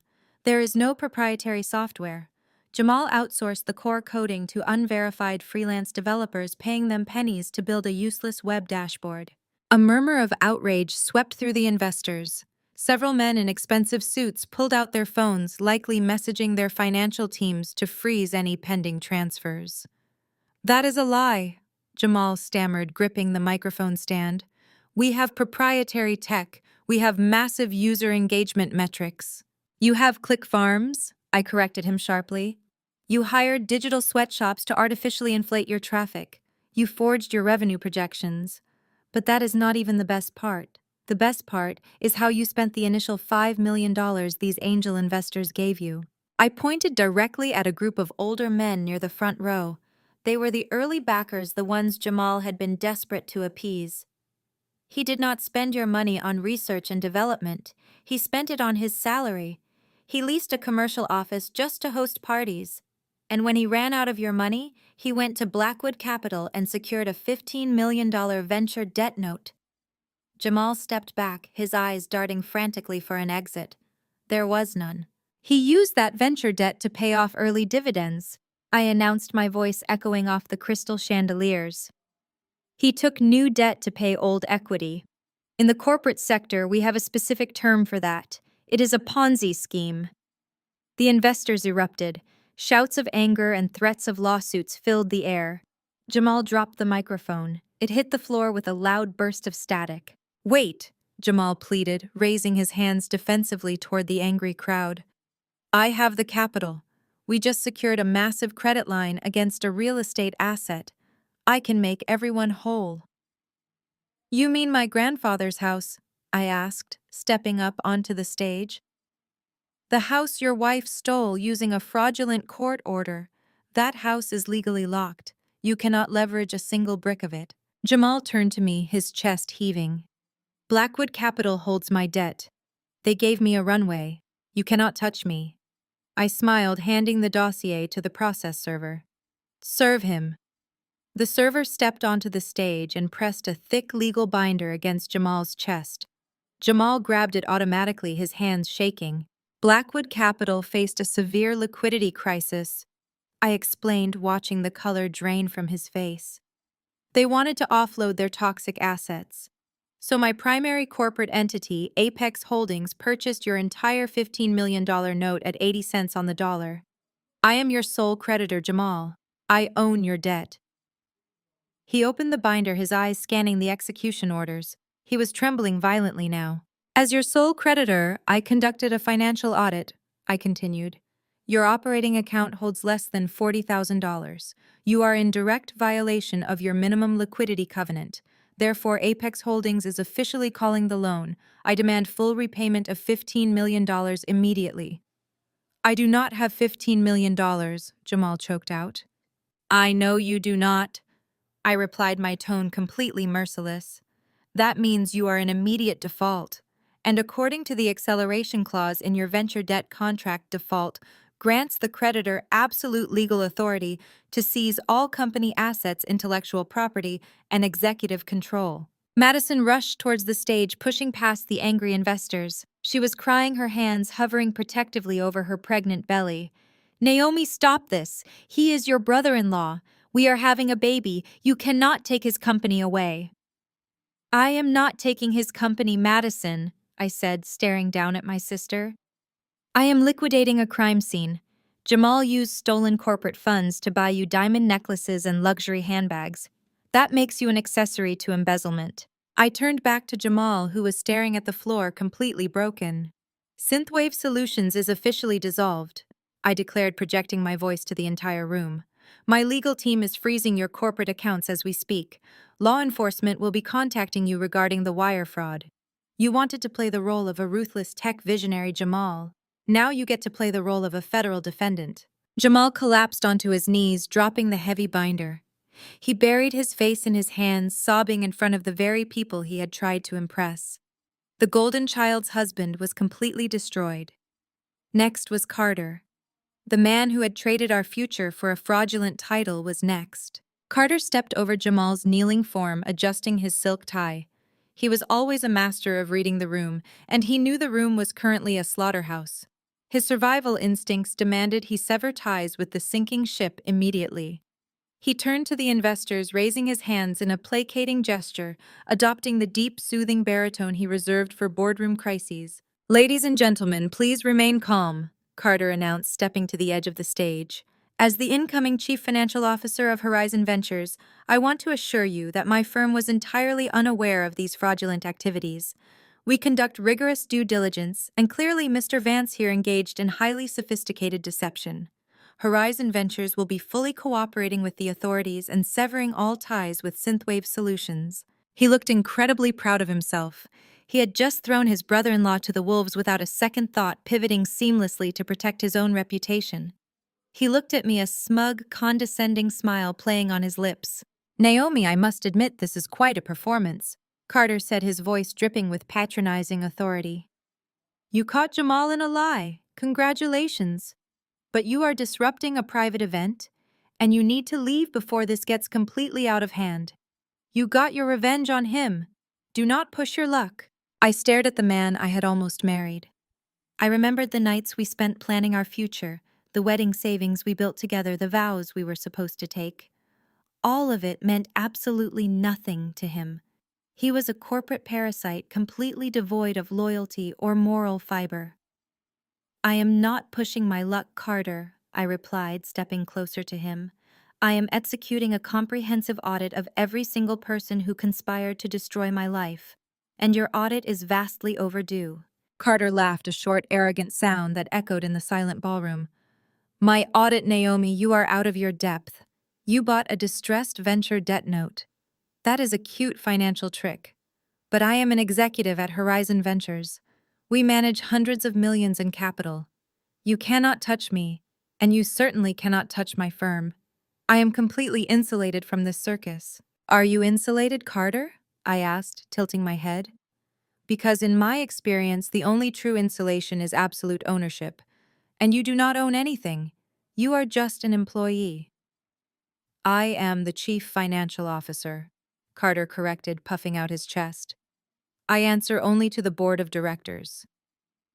"Then you should probably check your phone," I said, gesturing to his jacket pocket, "because the board of directors has been trying to reach you for the last 20 minutes. Carter frowned, his hand instinctively, reaching into his breast pocket. He pulled out his phone. The screen was illuminated with dozens of missed calls and urgent emails from the Horizon Ventures executive team. "What did you do?" Carter demanded, his arrogant facade showing its first hairline fracture. "I told you earlier that my primary entity, Apex Holdings, purchased Jamal's debt," I said, making sure the remaining investors in the ballroom could hear every word. "But I did not limit my acquisitions to just one sector. I utilized a secondary entity, Vanguard Logistics. Does that name ring a bell, Carter?" Carter stared at his phone, his face draining of color as he read the incoming emails. "The private equity syndicate," he whispered, his voice trembling. "The syndicate that holds the 60% voting stake in Horizon Ventures. They sold their shares to Vanguard Logistics yesterday afternoon. For $12 million in pure liquid cash," I confirmed. "Horizon Ventures relies entirely on that syndicate for operational control. Holding 60% of the voting shares means Vanguard Logistics dictates board appointments, executive compensation, and termination protocols. And Carter Y. am the sole fiduciary of Vanguard Logistics." The phone slipped from his hand, clattering against the wooden stage. "You own the firm," he gasped, his breath catching in his throat. "I own the firm," I repeated, my voice as cold as absolute zero. "Which means you answer directly to me." Carter took a step back, his eyes darting frantically around the ballroom. The investors who had just witnessed Jamal's destruction were now watching Carter face the exact same fate. There was no escape. The doors were guarded, the crowd was captivated, and the financial reality was completely inescapable. "Naomi, listen to me," Carter pleaded, his corporate baritone replaced by a desperate, high-pitched whine. "We can work this out. We were going to get married. I know I made a mistake, but I can be a valuable asset to Vanguard Logistics. I can manage the portfolios. I can make you even more money. Just give me a chance." "A chance," I scoffed. You stood in my kitchen and told me I was nothing. You drained our joint account of $40,000 and called it compensation for wasted time. You traded our entire future for a fake job title, and now you want to negotiate. I was pressured, Carter lied, pointing a shaking finger at my parents who were still cowering near the entrance. Richard and Patricia manipulated me. They told me you were unstable. They offered me the job connection with Jamal. I was just trying to secure my career. You secured your own destruction, I stated. I signaled the lead litigator from Rossi's team. He stepped onto the stage and handed me a crisp, white envelope. I held it out to Carter. What is that? Carter asked, refusing to take the envelope. That is a formal notice of termination, I announced. Effective immediately, you are stripped of your title, locked out of all corporate accounts, and removed from the Horizon Ventures premises. Carter shook his head violently. You cannot just fire me. I have an ironclad executive contract. I have a massive severance package. I have equity shares. If you fire me without cause, you owe me millions in compensation. That would be true if I were firing you without cause, I explained, forcing the envelope into his hands. But I am terminating you for cause, specifically gross financial fraud. I never committed fraud, Carter shouted, his panic turning into blind rage. My financial records are spotless. Your financial records are a complete fabrication, I corrected him. When you underwent your executive onboarding process for Horizon Ventures, you were required to submit proof of personal liquidity to satisfy the board's background checks. You claimed you successfully managed a multi-million-dollar private portfolio. Carter froze, his eyes widening in sheer terror. There was no portfolio. I continued, projecting my voice to ensure the venture capitalists in the room heard the extent of his deception.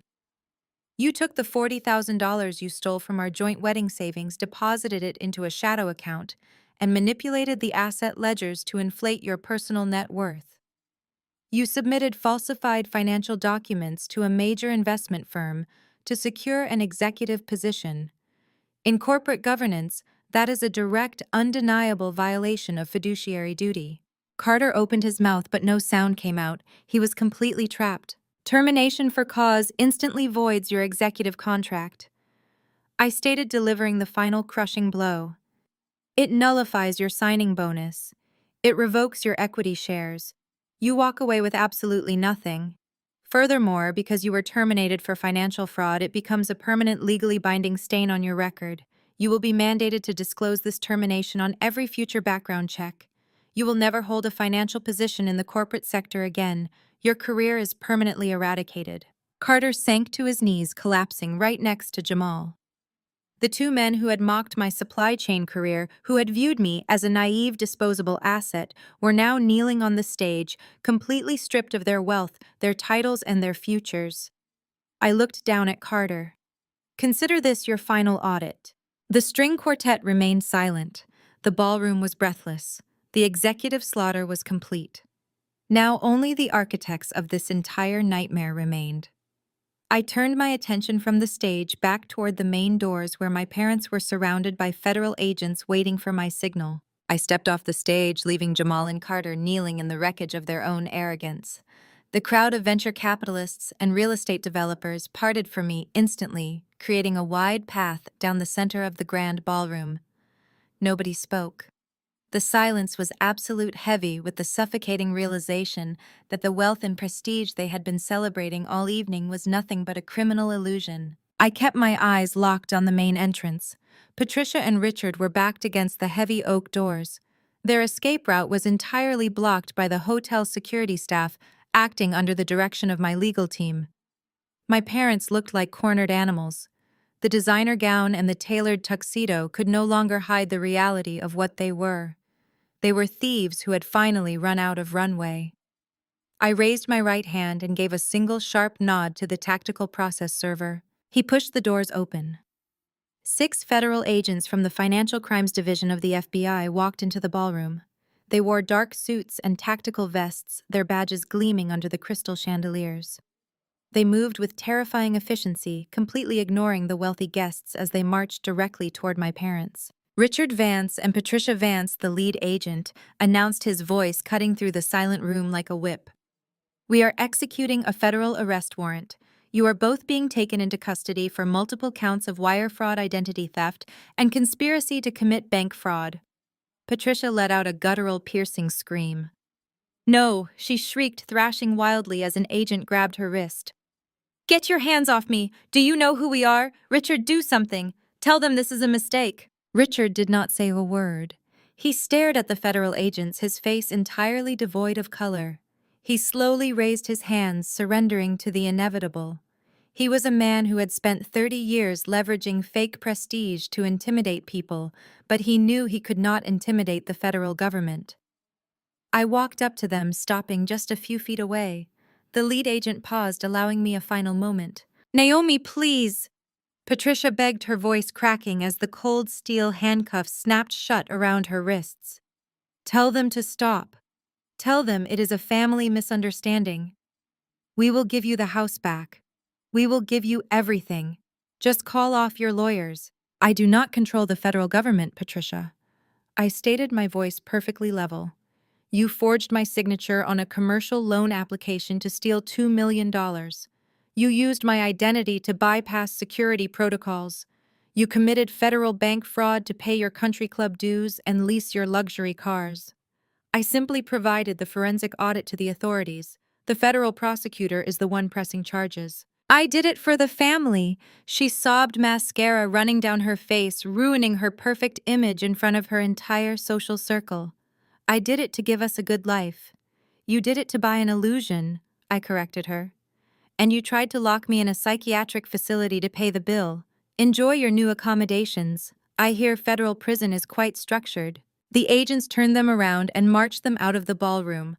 The guests watched in absolute shock as the hosts of the gala were paraded out in handcuffs, their legacy permanently obliterated. Before I could even turn around, I heard the frantic clicking of heels. Madison shoved her way through the crowd of stunned investors. She was hyperventilating, her face stained with tears. She grabbed my arm, her fingers digging into my suit jacket. "Naomi, please?" Madison gasped, struggling to catch her breath. She looked back toward the stage where Jamal was still kneeling, his head buried in his hands. "You cannot do this. You cannot take his company. You cannot let them arrest Mom and Dad." I smoothly detached her hand from my jacket. "I am not taking his company, Madison. I am liquidating a fraudulent asset to recover the debt he owes me." And Mom and Dad arrested themselves the moment they committed identity theft. "But what about us?" Madison cried, her voice pitching into a hysterical whine. "Jamal has nothing. His accounts are frozen. The investors are going to sue him. We have a baby coming, Naomi. You have $36 million. You have more money than you could ever spend. You do not need the Victorian house. Just give us the deed. Let us keep the house so we have somewhere to raise our child." I stared at my sister. Even now, standing in the rubble of her husband-destroyed startup and her parents' federal arrest, she was still playing the golden child. She possessed absolutely no loyalty to anyone but herself. "Let you keep the house?" I asked, raising an eyebrow. "The house you stole from me on Tuesday morning. The house you moved into while laughing at my eviction. We were pressured." Madison lied desperately, pointing a shaking finger toward the empty doorway. "Mom and Dad made us do it. Carter told us it was a smart financial move. We did not know they were forging your signature. We did not know about the trust fund. Please, Naomi, you are my sister. You have to help me." I looked at her stomach, then back to her eyes. "Carter stood in my kitchen and told me you and Jamal had a future and I was just a selfish disappointment. He told me you were going places." I signaled the tactical process server, who immediately stepped forward and handed me a bright yellow document. "Well, Madison," I said, pressing the document against her chest, "your future is currently being liquidated. Your husband is facing a federal investigation, and your parents are going to prison. So it seems your trajectory has changed." Madison stared at the yellow paper, her eyes widening in sheer panic. "What is this?" "That is an immediate eviction notice," I stated, my voice carrying no warmth, no pity, and absolutely no mercy. "Apex Holdings now holds the primary lien on your husband's defaulted debt. The court order you used to steal my home was voided the moment Judge Reynolds ruled it a fraudulent conspiracy. You are illegally occupying my property. You have exactly 24 hours to vacate the premises. But where will we go? Madison sobbed, dropping the eviction notice on the floor. We have no money. We have no credit. I suggest you start packing, I replied, turning my back on her. I hear cardboard boxes are quite affordable. I walked out of the grand ballroom without looking back. The string quartet remained silent. The guests remained frozen. The matrix of manipulation my family had spent decades building had been completely systematically and ruthlessly dismantled. Every single person who had conspired to destroy me was now facing total financial, legal, and professional annihilation.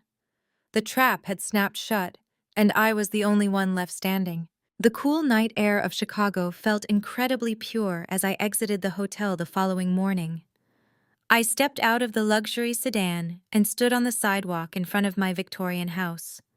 It was late Saturday afternoon, exactly one day after the gala. The moving trucks I had dispatched that morning had already departed. The property was entirely quiet. The frantic energy of Jamal and Madison attempting to salvage whatever cheap possessions they could carry was completely gone. I walked up the pathway, my heels clicking rhythmically against the stone pavers. I slid my key into the front door and turned the lock. The heavy oak door swung open, revealing the familiar foyer. The silence that greeted me was not empty or desolate. It was profound. It was the sound of absolute peace. I walked through the living room, tracing my fingers over the antique banister. I climbed the stairs and surveyed the master bedroom. Madison had authorized contractors to rip out the original clawfoot tub and demolish the vintage tiling. Debris covered the floor and exposed pipes jutted from the walls. A week ago, this site would have sent me into a panic over repair costs and lost history. Today, it meant nothing. It was merely physical damage.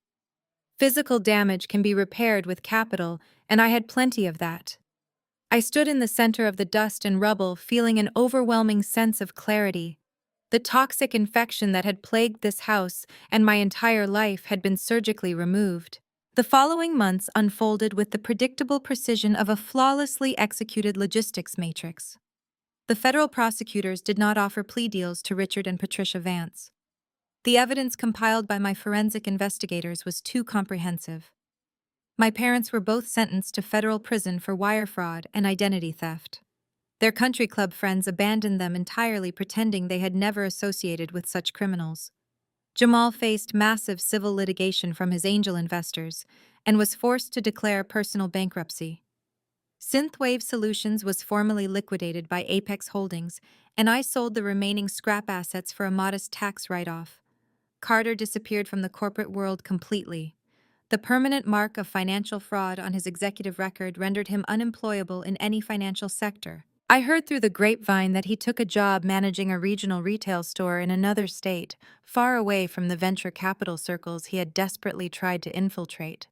They had all gambled their futures on the assumption that I would be an easy victim. They lost everything because they fundamentally underestimated the analytical mind of the daughter they had spent a lifetime dismissing. With the immediate threats neutralized, I turned my attention to the future. I resigned from my position at the logistics firm. My former bosses were shocked, but I no longer needed to trade my hours for a corporate salary.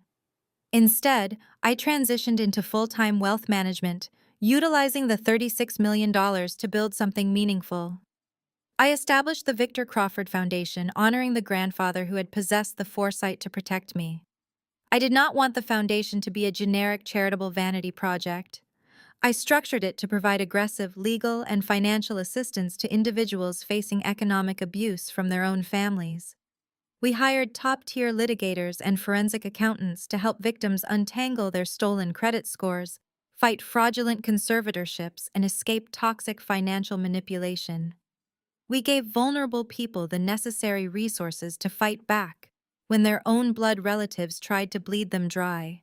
We partnered with local shelters and domestic advocacy groups, ensuring our outreach programs effectively targeted those who desperately needed immediate financial liberation. Every time our legal team secured a victory for a victim, I felt my grandfather smiling down on me. He had used his wealth to shield me from predators, and I was now scaling that protection to help hundreds of others. I walked into my newly restored master bathroom, running my hand along the pristine marble vanity. The house was whole again. My life was whole again. I sat on the edge of the clawfoot tub and opened the banking application on my phone.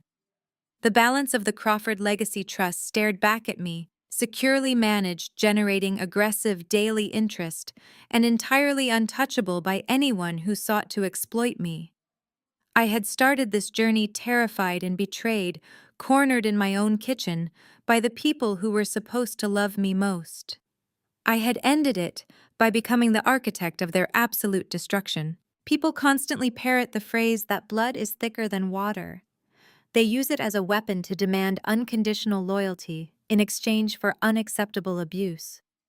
They expect you to set yourself on fire simply to keep your family warm. But sometimes you have to use cold, hard financial logic to look at your family and recognize them for what they truly are. Sometimes you have to use your resources to build an impenetrable fortress around your peace of mind. You have to recognize that your worth is not determined by the people who try to steal it. Have you ever had to draw a hard line and fight back against toxic relatives who tried to exploit your success? Have you ever had to use sheer facts and evidence to destroy a false narrative created by your own family? Tell me about your victories in the comments section below. Share your stories of survival and retaliation. And if you believe that the ultimate karma is achieved through absolute unyielding success, make sure to hit that like button and subscribe to the channel for more stories of people taking their power back. Remember that the best defense against manipulation is unwavering independence. Thank you for watching, and always remember to protect your assets.